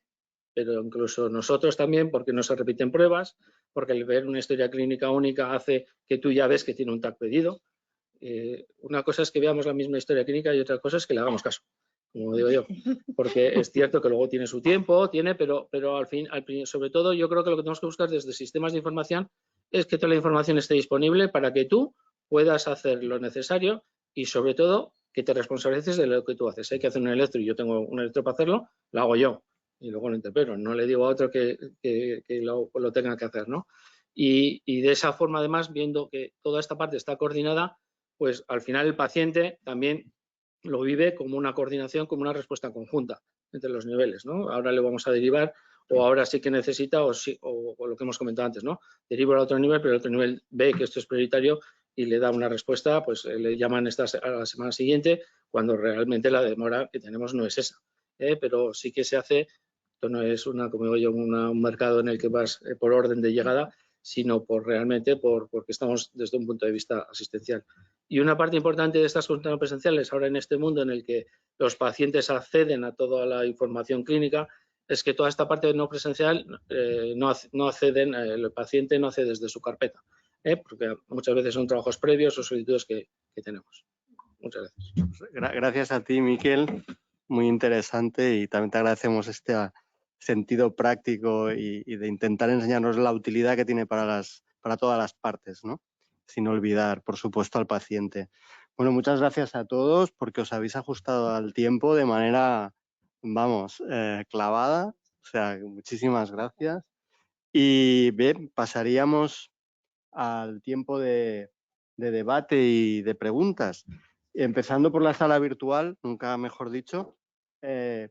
Si las personas que estáis todavía por aquí queréis hacer alguna pregunta, podéis hacerlo en el chat o podéis levantar la mano y os daríamos entrada. Si tenéis alguna pregunta, alguna cuestión que queráis. ¿No? Sí, Guillermo, Daniela. Mira, Daniela. ¿Qué tal? Qué alegría. Bueno, pues vamos a ir por orden. Guillermo, Daniela. Bueno, aprovecho para saludar a Daniela de parte de todos. Ella forma parte de todo esto y de manera muy significativa. Bien, pues empezaríamos. Guillermo, ¿te escuchamos? Gracias. Buenos días. ¿Me escuchan? Sí, sí. Gracias, muy amable. Cordial saludo, muy amable por la invitación. Guillermo León, desde Colombia. Hago parte de un proyecto de Equity Cancer Latinoamérica. Bueno, el estudio es muy interesante, es realmente un modelo. Y bueno, me ajusto a lo que es Colombia. Esto es una transición en donde hay que acomodar muchos actores en todo esto. En un país como el nuestro, donde está fragmentada la salud, y más aún cuando las administraciones en nuestros hospitales, que son públicos, ¿sí? Muy diferente a cómo funciona la salud privada, pero digamos el público que es el grueso de la institución hospitalaria del país. Esa transición va a tomar un tiempo. Hay que empezar a romper paradigmas de comunicación, sobre todo porque es que puede ser que se integren, como lo hemos visto ya en los últimos, con el trabajo de Equity Cancer, empezar a integrar las especialidades del nivel superior con los niveles inferiores, pero hay una dificultad y es el poder administrativo. Y digo poder, es la parte administrativa. Y entonces ya no, aquí en Colombia no se llaman directores de hospitales, que eran médicos en el pasado, muy pocos eran los que quedan. Hoy en día son abogados, administradores, y se llaman gerentes. Y entonces se integran muy poco en ello. Esa dificultad la vieron ustedes en su momento, durante ese largo tiempo de estudio. ¿Cómo integrar las partes administrativas, la alta gerencia llamada, que pudiese también, porque es muy importante eso, si no hay esa voluntad administrativa, y aquí le decimos hasta voluntad política, a veces puede dificultar eso por más interés que tengan los asistenciales. De hecho, se hace. Aquí hay experiencias exitosas frente a eso, pero lo hacen solos los especialistas y van solos.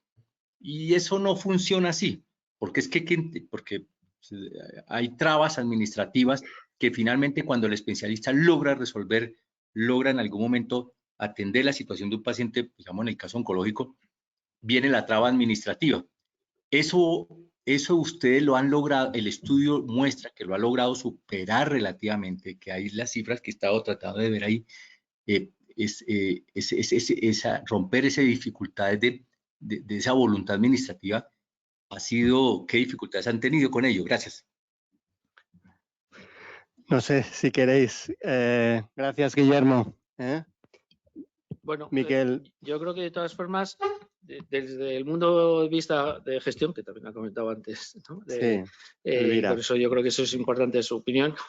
Yo creo que sobre todo, desde el punto de vista de la gestión, lo más interesante es que se dé respuesta lo antes posible a los pacientes y con el menor número de consultas necesarias. Si eso tú logras presentar a un servicio de gestión, pues lo tienes todo hecho. ¿Qué es lo que pasa? Que yo creo que el gran problema de las consultas presenciales es que a veces se piensa que eso supone menos trabajo, que es como quitarte un poco la responsabilidad de ese, cuando es precisamente al revés. El que elige la consulta no presencial como método de comunicación con otro profesional para hacerle es el que se responsabiliza de que, solicitando esa información, yo voy a dar respuesta a eso, pero está coordinada, no es que yo haya que hacerlo, ¿no? Y sin embargo, cuando hacemos derivaciones mucho que no tienen esa tan interrelación directa, pues realmente ese objetivo no se cumple, ¿no? Yo creo que en la medida que tú puedes visualizar, de hecho nosotros también cuando se empezó a hacer con este asesoramiento se hizo un control al año cuántos pacientes repetían y realmente el número de pacientes que repetían era muy bajo. Yo creo que eso se generaliza en todos los estudios. ¿Por qué? Porque realmente esas interconsultas yo creo que el principal problema que podemos tener y tenemos en ocasiones, y eso es un problema serio, es con estos movimientos de profesionales que dejamos de tener, de que se jubilan o no lo respondemos, y en ese caso cuando la demanda no somos capaces de responder, pues la consulta presencial pues, es cuando sufre más, ¿no? Pero si las cosas están hiladas y además, que es yo creo que el gran objetivo de un gestor, si estamos todos trabajando en equipo, no es lo mismo trabajar en equipo que en banda.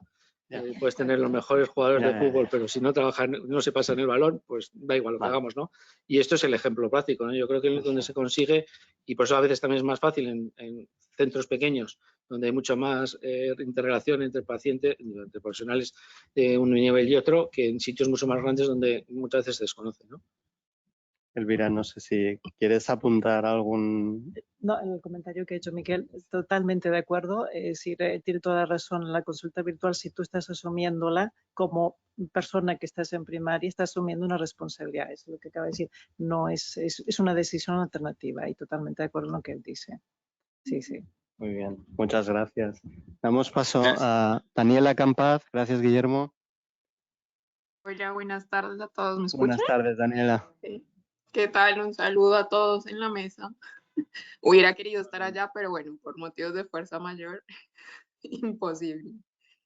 Nada, primero agradecerles a todos por sus exposiciones muy interesantes, ver ya puesto en la vida real cómo funcionan estas interconsultas, ¿no?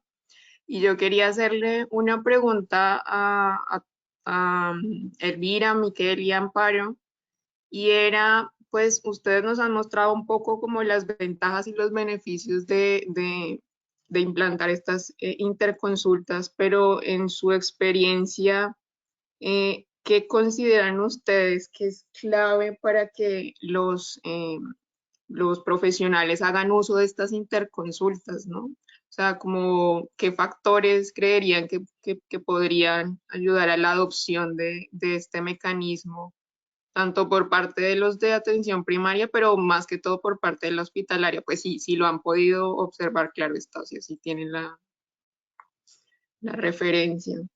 Eso por un lado. Y por el otro lado era una pregunta para Elvira, que vi que ustedes tienen implantadas las interconsultas en unas especialidades muy concretas. Entonces quería preguntarte si tú sabes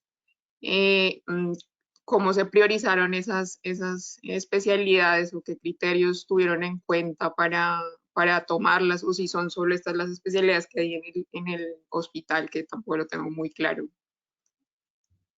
Y ya, esas son las preguntas. Muchas gracias. Muy bien, pues adelante. Por doble partida contesto la última y ya después los tres contestaremos la primera. No, todos los servicios están teniendo la interconsulta. Lo que pasa que es lo que decía, que para el análisis, para ver cómo ha evolucionado, cómo ha funcionado, escogí aquellas 8 que justamente coinciden en patologías que son comunes en la población, aquellas 8 que mantuvieron la continuidad. Por ejemplo, la gente de cirugía sí que han tenido lo que es la interconsulta, pero en un momento funcionó y en otro no.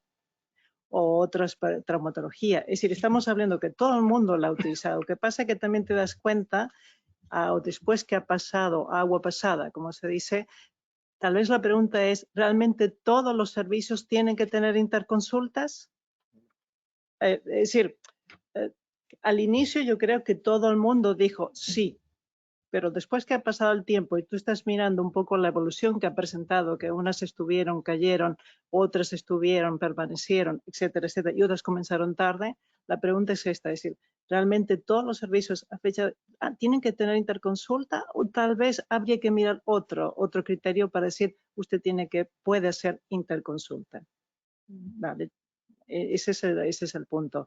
Y respecto a la primera pregunta, me he olvidado ahora.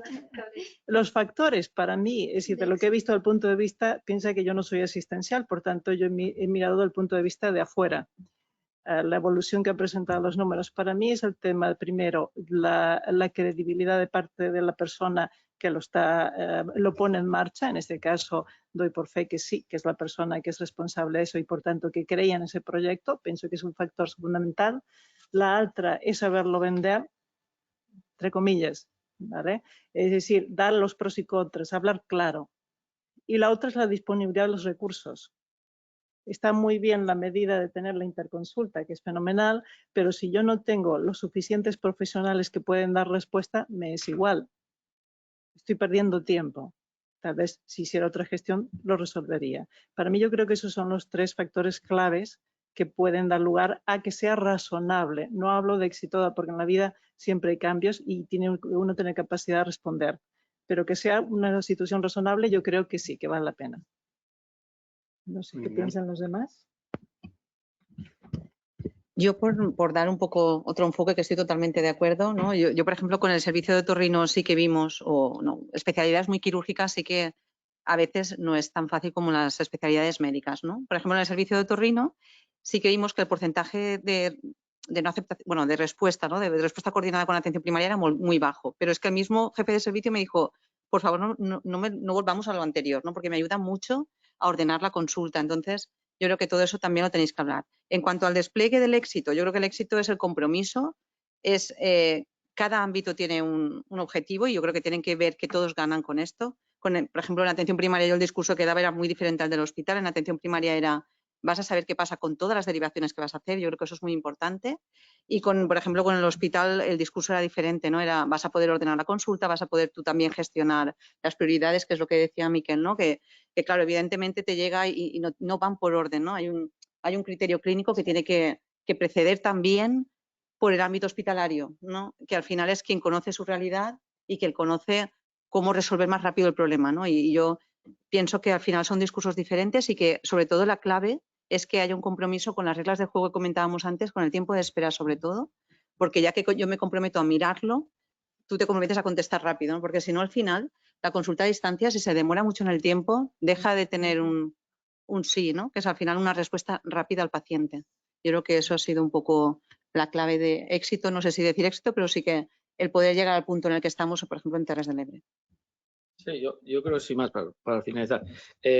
Al final, las consultas no presenciales implican una reingeniería del proceso, quiero decir, y eso tiene que ser una adaptación a tu medio, porque depende en qué hospital estés, depende de los recursos que tú tengas, podrás hacer unas cosas u otras. Yo creo que es un canal más que debemos de poder utilizarlo y que, sobre todo, yo creo que para que tenga éxito hay que revalorarlo, quiero decir. Que cuando alguien hace esas consultas no presenciales las tenemos que contar como que es una actividad y es una actividad que si se hace bien es muy eficiente. Si se hace mal, pues es añadir consultas y otra consulta, pero como pueden ser las sucesivas o como pueden ser otras consultas que igual no tienen tanto valor, ¿no? Y de ahí viene un poco también esta estrategia de valor ahora tan de moda, de también ver que lo que estemos haciendo sea lo más eficiente con los mínimos recursos posibles, porque somos los que somos y eso no nos lo vamos a inventar, ¿no? Pero a veces se parece que la interconsulta es poner esa en la aplicación, en el ordenador.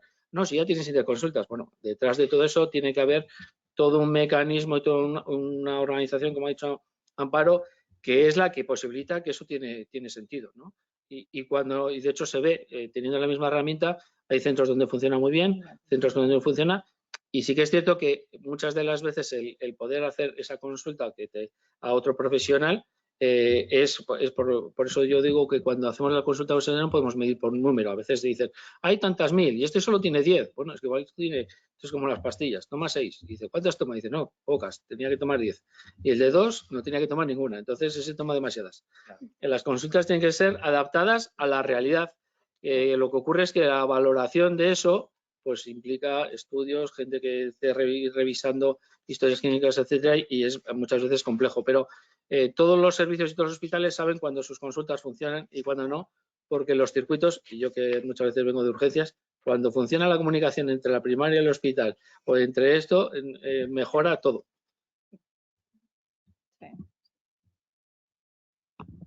Muy bien. También había pedido, había levantado la mano Soraya Mota, no sé si está por aquí.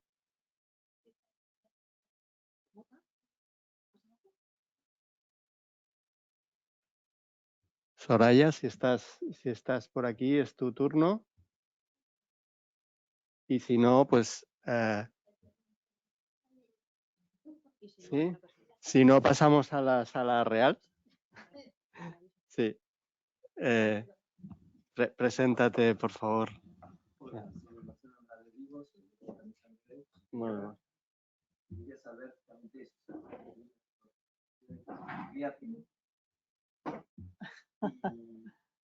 Quisiera hacerle además la situación incluida. Ustedes piensan, como médicos adultos, que una consulta de medicina adulta, medicina pediátrica, respecto a los niños con enfermedades raras, niños con enfermedades complejas, puede ser Gracias, Marcelo. Pues no sé.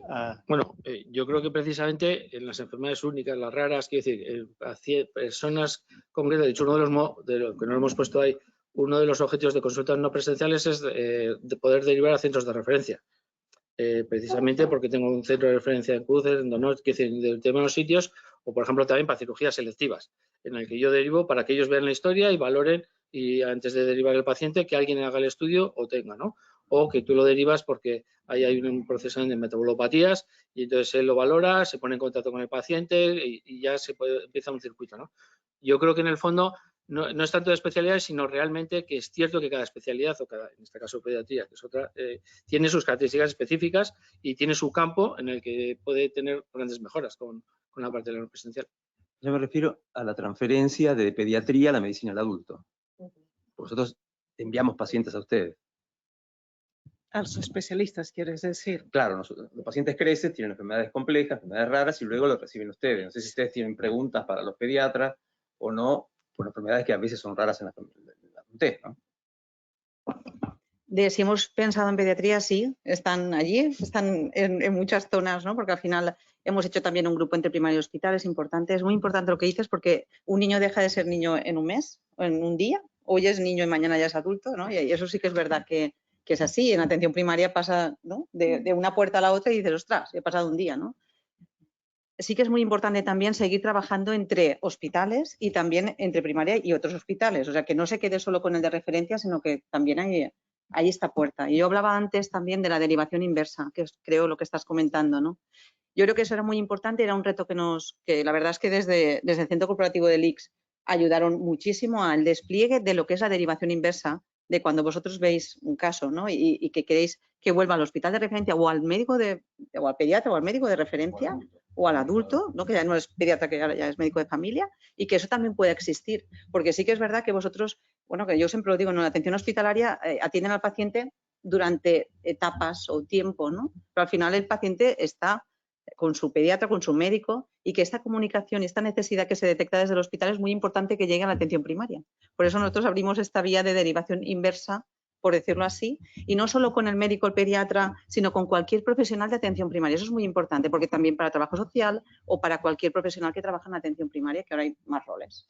En nuestro hospital yo me encargo mucho de las consultas virtuales de colegas de atención primaria, pediatras, ¿no? Pero también para nosotros es todo un hito la transferencia a la medicina del adulto. Claro. Me imagino que para ustedes debe ser todo un desafío recibir un paciente complejo o con patologías que no están acostumbrados, y en la cual esa comunicación fluida pienso que podría ser muy importante, ¿no? Eso es la derivación inversa. Alex, lo tenemos. De hecho, los niños que realmente tienen patologías complejas y les sigue viendo el pediatra a pesar de tener más de 14 años, su médico de cupo es un adulto, no es un pediatra. Quiero decir que eso ya hacemos. Yo creo que nosotros que tenemos una historia única, por cierto, esto es para ir viendo cómo es, bueno, es fácil porque en el fondo sí que es cierto que yo tengo acceso a toda la información. Pero yo creo que en esto nosotros con pediatría también hacemos una reflexión, porque a veces las encuestas o determinadas informaciones se hacen para los niños específicamente y parece como que cuando eres adulto te hacen otra escala o te hacen otra evolución completamente diferente, cuando el paciente es el mismo. Un día está en un sitio y al día siguiente es otro, ¿no? Y a veces nos cuesta explicar el decir que los valores que vamos a estar registrando, igual determinadas escalas o algunos registros, tienen que haber una continuidad porque las cosas no se acaban porque la ha visto el pediatra o un adulto, ¿no? Yo creo que hemos avanzado mucho porque en una historia única, como lo vemos, la gente dice, ¿y por qué no se me rellenan los datos? Es como ahora el pediatra cuando va a atención primaria ya tiene rellenado todos los datos del nacimiento, tiene su registro, antes tenía que estar copiándolo, ahora automáticamente ya los tiene. Y cuando los tiene dice, ¿qué ha pasado? No ha parido en Osakidetza, ha parido fuera, pues es así. Pero sí que es cierto que yo creo que es una reflexión, precisamente porque es un sitio en el que parece como que en vez de una continuidad es como si hubiera un muro y ahora pasa al otro lado, ¿no? Muy interesante. Sí, sobre todo porque creo que la movilidad va a cambiar, porque ustedes van a tener la movilidad está cambiando en pediatría y van a ver otras enfermedades crónicas que van a desaparecer y van a aparecer otras nuevas en los próximos años. Muy bien, muchas gracias. Espera.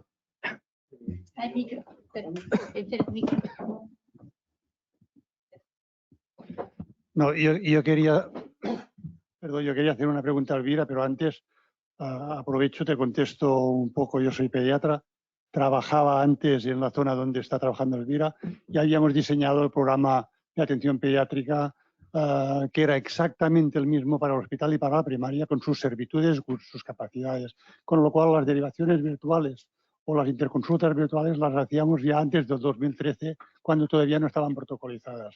Y era un planteamiento, el trabajo era de protocolización conjunta de patologías y de acceso a cada sistema de patología, con lo cual primero había un consenso, en este caso era fácil porque era un servicio unificado en toda una comarca, pero cuando no es así, el trabajo previo a todos estos elementos que yo creo que se hablan aquí de las consultas no presenciales es la protocolización y consenso. Por lo demás, la tecnología, yo creo que es la tecnología la que nos da los avances. Consultas no presenciales ya hemos visto que son de muchos tipos y cada una la definirás con unas motivaciones y capacidades distintas.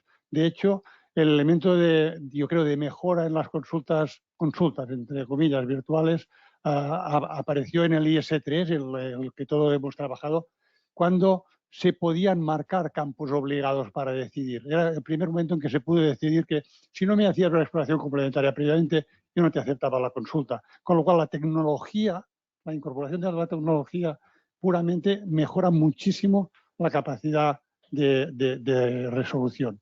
Sin embargo, esto no mejora algunos de los elementos, como a la pregunta de Guillermo, también aquí en Cataluña, en función de cuando son múltiples proveedores los que tienen que decidir cómo se atiende a una patología.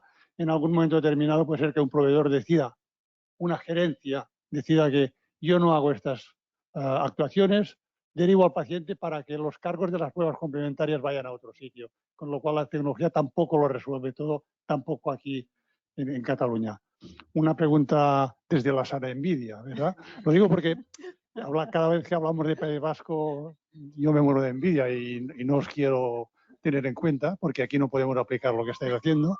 Sin embargo, en el Baix Empordà teníais la ventaja de que si funcionáis como una OSI, la primaria y la hospitalaria se marca con los mismos criterios, la misma gerencia, las mismas direcciones económicas, los objetivos de resolución están compartidos, pero hasta hace un año teníais un sistema de información compartido que ahora no tenéis. Estamos hablando del ECAP y la GAFIN. Exactamente. Con lo cual teníais también una OSI como información que ahora no la tenéis. ¿El análisis del área de Sant Feliu salen resultados distintos? No lo he visto por áreas básicas, pero yo Es una diría, pena por porque... ejemplo, en el caso, es decir, dermatología, por ejemplo, adoptó o aceptó más derivaciones de Sant Feliu desde el 2018-19 y hubo un claro aumento por parte de Sant Feliu. Es decir, la impresión, lo digo porque dermatología fue el servicio que más destacó en ese sentido porque era el que le faltaba introducir en la cartera de Sant Feliu y se vio espectacular. Del punto de vista de afuera, sin entrar a haber dividido el territorio en áreas básicas, creo que Sant Feliu tenía la misma postura que las otras áreas básicas. Es decir, que veían con buenos ojos este tema de la derivación o la interconsulta. La pregunta va porque cuando el profesional de primaria y hospitalaria en vuestro entorno mira la historia del paciente, lo ve todo, ve todas las expresiones complementarias y comparten curso clínico idéntico el especialista y el otro, con lo cual la transferencia de información es que es automática. Yo escribo ahora y yo lo veo después, mientras que en el otro territorio no. Con lo cual esto condiciona mucho tanto el aprendizaje compartido como el ahorrar y no duplicar pruebas complementarias. Pero yo creo que ha habido buena disposición por los números. Es decir, probablemente, tal vez el punto de vista que me estás probablemente preguntando, por el cual me preguntando, es el análisis del otro punto de vista, de la extensión especializada versus primaria, que es tal vez lo que completaría un poco lo que estás comentando. Es decir, cómo ellos miran a Sant Feliu, cómo ellos miran a Palamós, y aquí se acabe ver realmente si funciona la integración. Probablemente sí, pero visto que nos tenemos que cortar en 15 minutos, pues tomé esta historia. Solamente un comentario a la pregunta que has hecho y al punto de vista de que es decir, yo creo que hay dos cosas y una cosa, porque él fue el director de Infancia y Dona en el 2002 y 2013, Pera, y él, por tanto, él conoce ese tema y él organizó. Pero ya una cosa que creo que es diferente, es decir, del análisis que viste la parte de CIBE, si estás preguntando si había en población pediátrica menor o igual a 14 años incluida en esos 22.000 y pico, sí. Que se hacen interconsultas desde los pediatras a consultas, por ejemplo, de urología o consultas de cardiología, sí. Claro, es menor cantidad. ¿Por qué? Porque básicamente si yo como pediatra consulto a un neurólogo o consulto a un cardio, probablemente es porque es una patología muy concreta. Diferente es porque el doctor Agulló va a ser en ese momento el responsable de pediatría, cuando él estaba de jefe. Diferente es lo que estás diciendo tú, cambiar de cupo. Y yo lo que entiendo es decir, yo soy pediatra, por eso son dos cosas diferentes, pero allí no está impuesto, no es decir, la interconsulta no existe, sencillamente era la intención, al menos él fue el precursor, de que cuando una persona cumplía los 14,99 días para tener los 15 y pasar a medicina de familia, en ese momento, no sé si el informe de epicrisis o algo así, que tenía que ser el pediatra como un resumen de la evolución de ese paciente para que el médico de familia pueda verlo. Pero eso no es un tema de interconsulta, porque allí el modelo, los pediatras y los primaristas están bajo el mismo techo, bajo la misma área básica. Por tanto, no era, es decir, diferente es cómo me comunico yo, pediatra o médico de familia, con la especializada. Y te puedo decir que sí, había población pediátrica y había médicos pediatras que sí enviaban información o solicitaban información a los especialistas.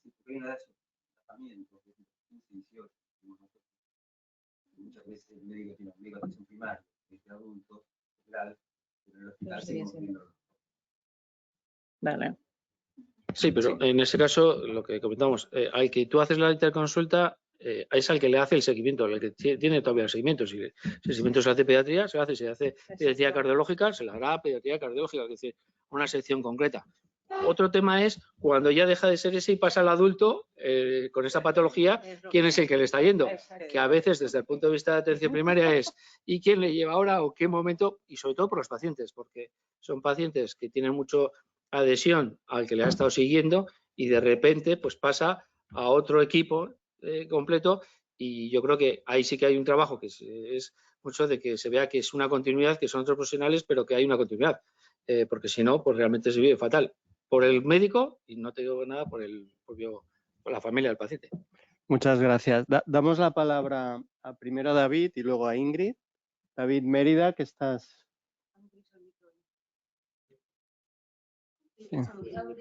David, ¿puedes abrir el micro?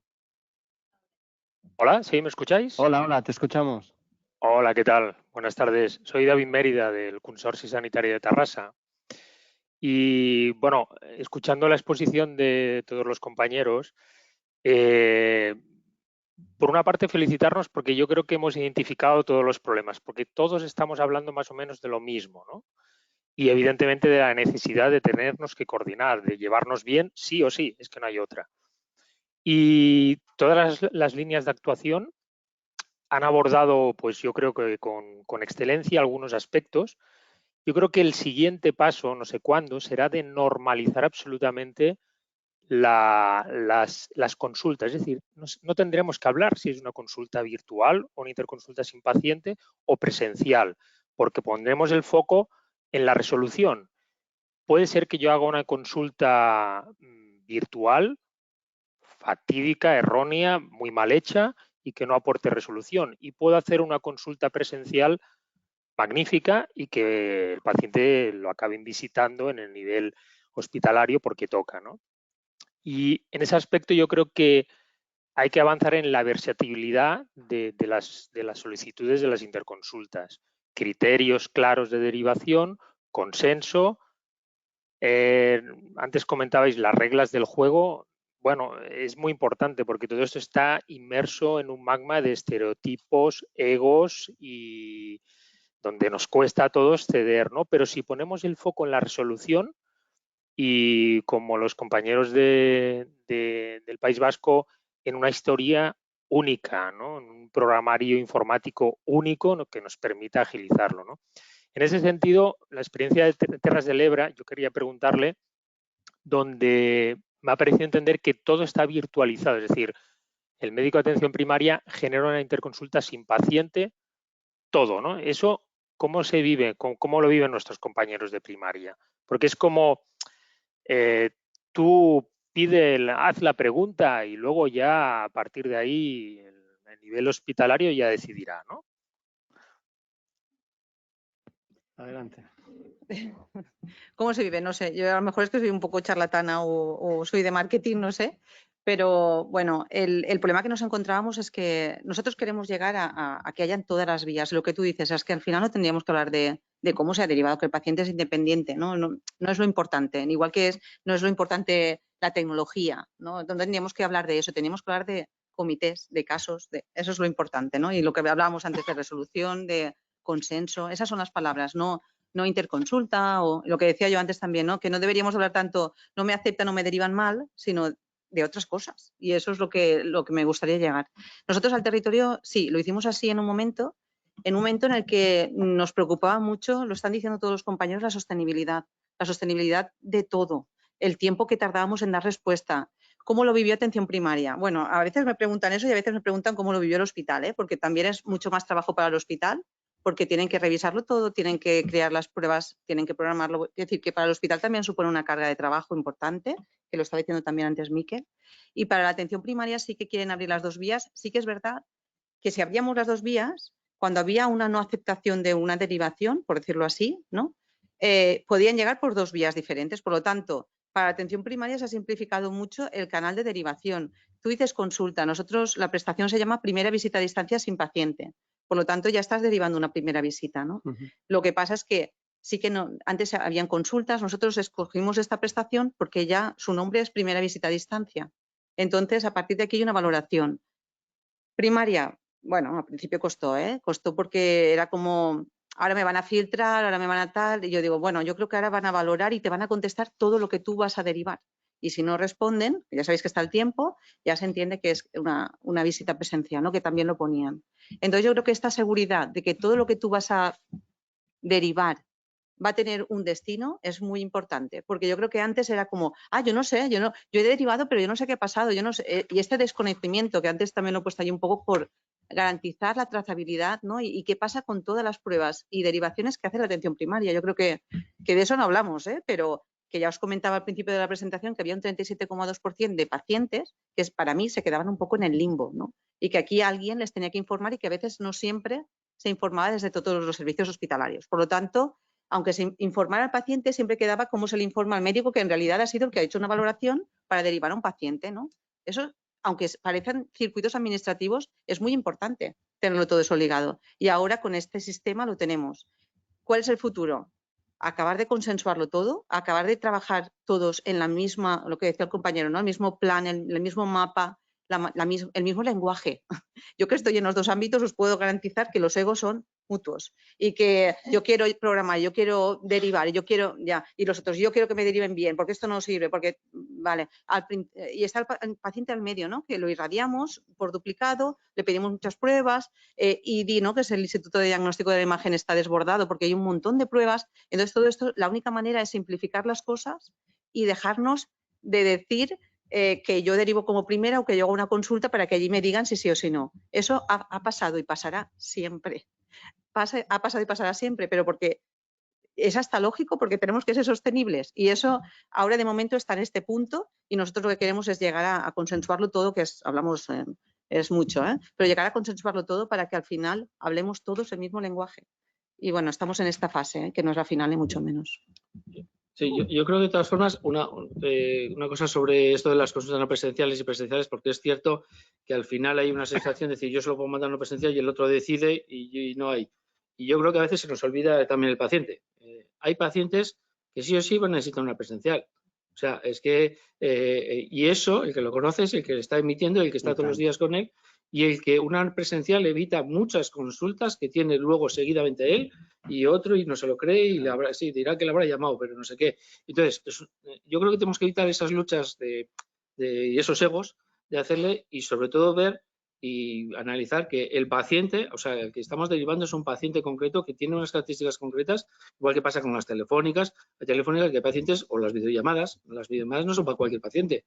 O son para determinados pacientes, igual que las telefónicas, igual que para determinadas. Y sin embargo, otros, digo, porque estamos, mira que nosotros somos de la digital, pero yo precisamente creo que cuando se utiliza muy bien la digital, lo que haces es habilitar, dejar el camino a otros que no van a tener que poder utilizarlo y lo podrán utilizar en su medio justo.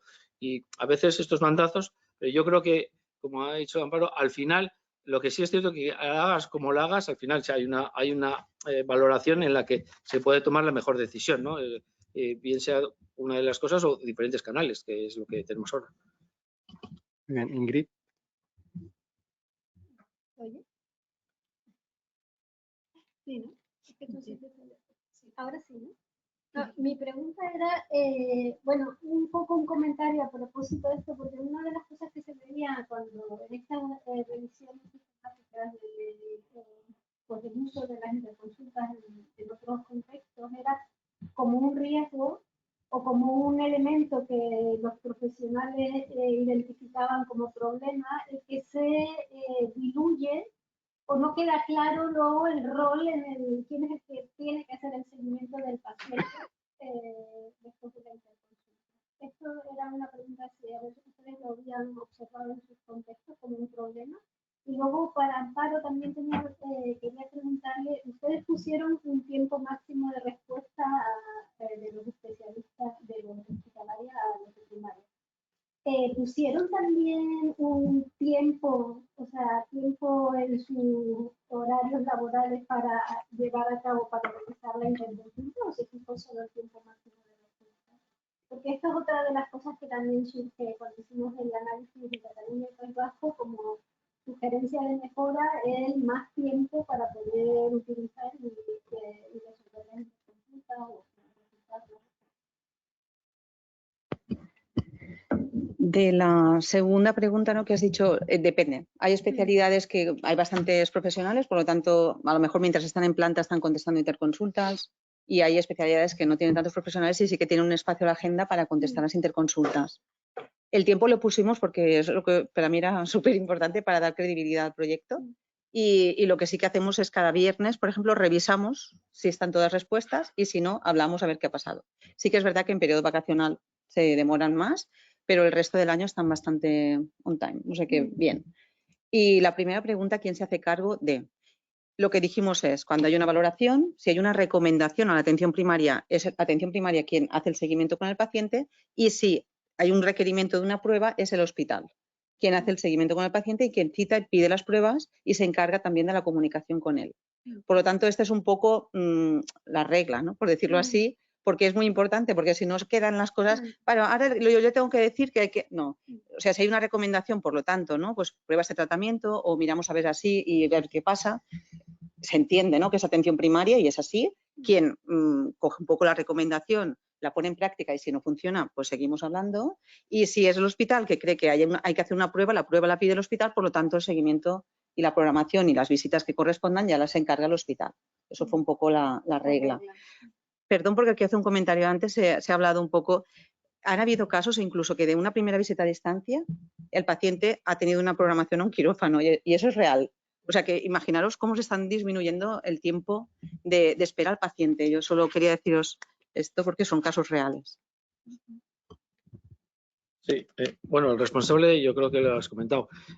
Al final, uno de los temas, y por eso surgen esos problemas, es yo derivo, pero no es que yo le hago la pregunta por la que me contestes, sino porque quiero que tú le veas de ahí.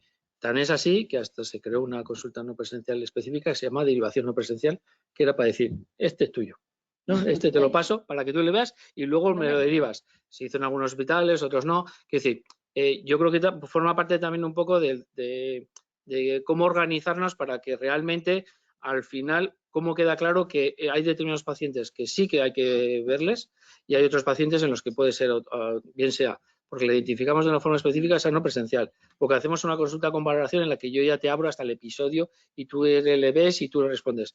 Y sobre todo, que yo creo que es el éxito de si hagamos la solución que hagamos, es que el que toma la decisión de verle, de no verle o de verle cuando sea el que se responsabiliza de la decisión que ha tomado. Y queda registrado, en nuestro caso, como hay una historia única, todos vemos lo que ha decidido cada uno, pero incluso también a veces se está planteando quién da esa decisión al paciente. El EDERMA, y incluso se están haciendo informes cuando no son para enviárselos directamente al paciente, o se les está llamando desde el hospital desde algunos sitios, otros no.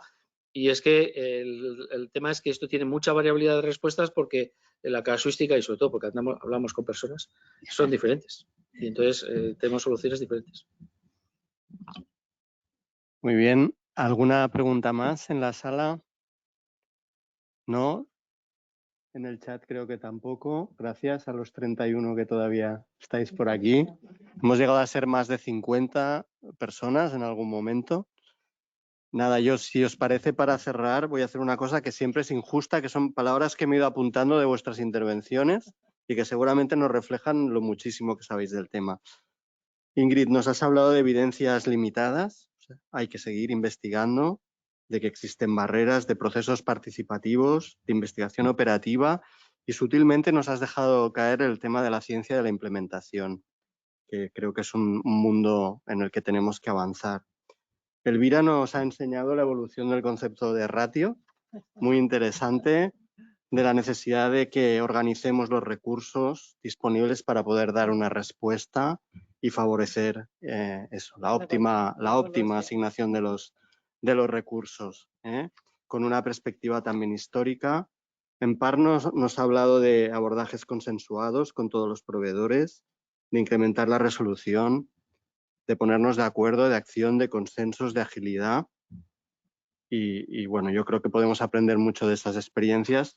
Y Miquel, nos has bajado a la realidad también este discurso convirtiéndolo en procesos prácticos también que demuestran que se pueden mejorar la calidad de vida de las personas y de alguna manera también que es cierto que vais unos pasos por delante. Eso yo creo que también queda muy evidente. También nos has dicho que tener una buena herramienta no quiere decir que hagas un buen uso de la herramienta, de la necesidad de trabajar en equipo y de ser responsables del uso que hacemos y de las cosas que pedimos, ¿no? Y que no nos olvidemos, eso lo habéis dicho todos, que en el centro de verdad, quien está es el paciente. Pues yo creo que podemos, si os parece bien, cerrar, daros las gracias una vez más a todos y hasta la próxima.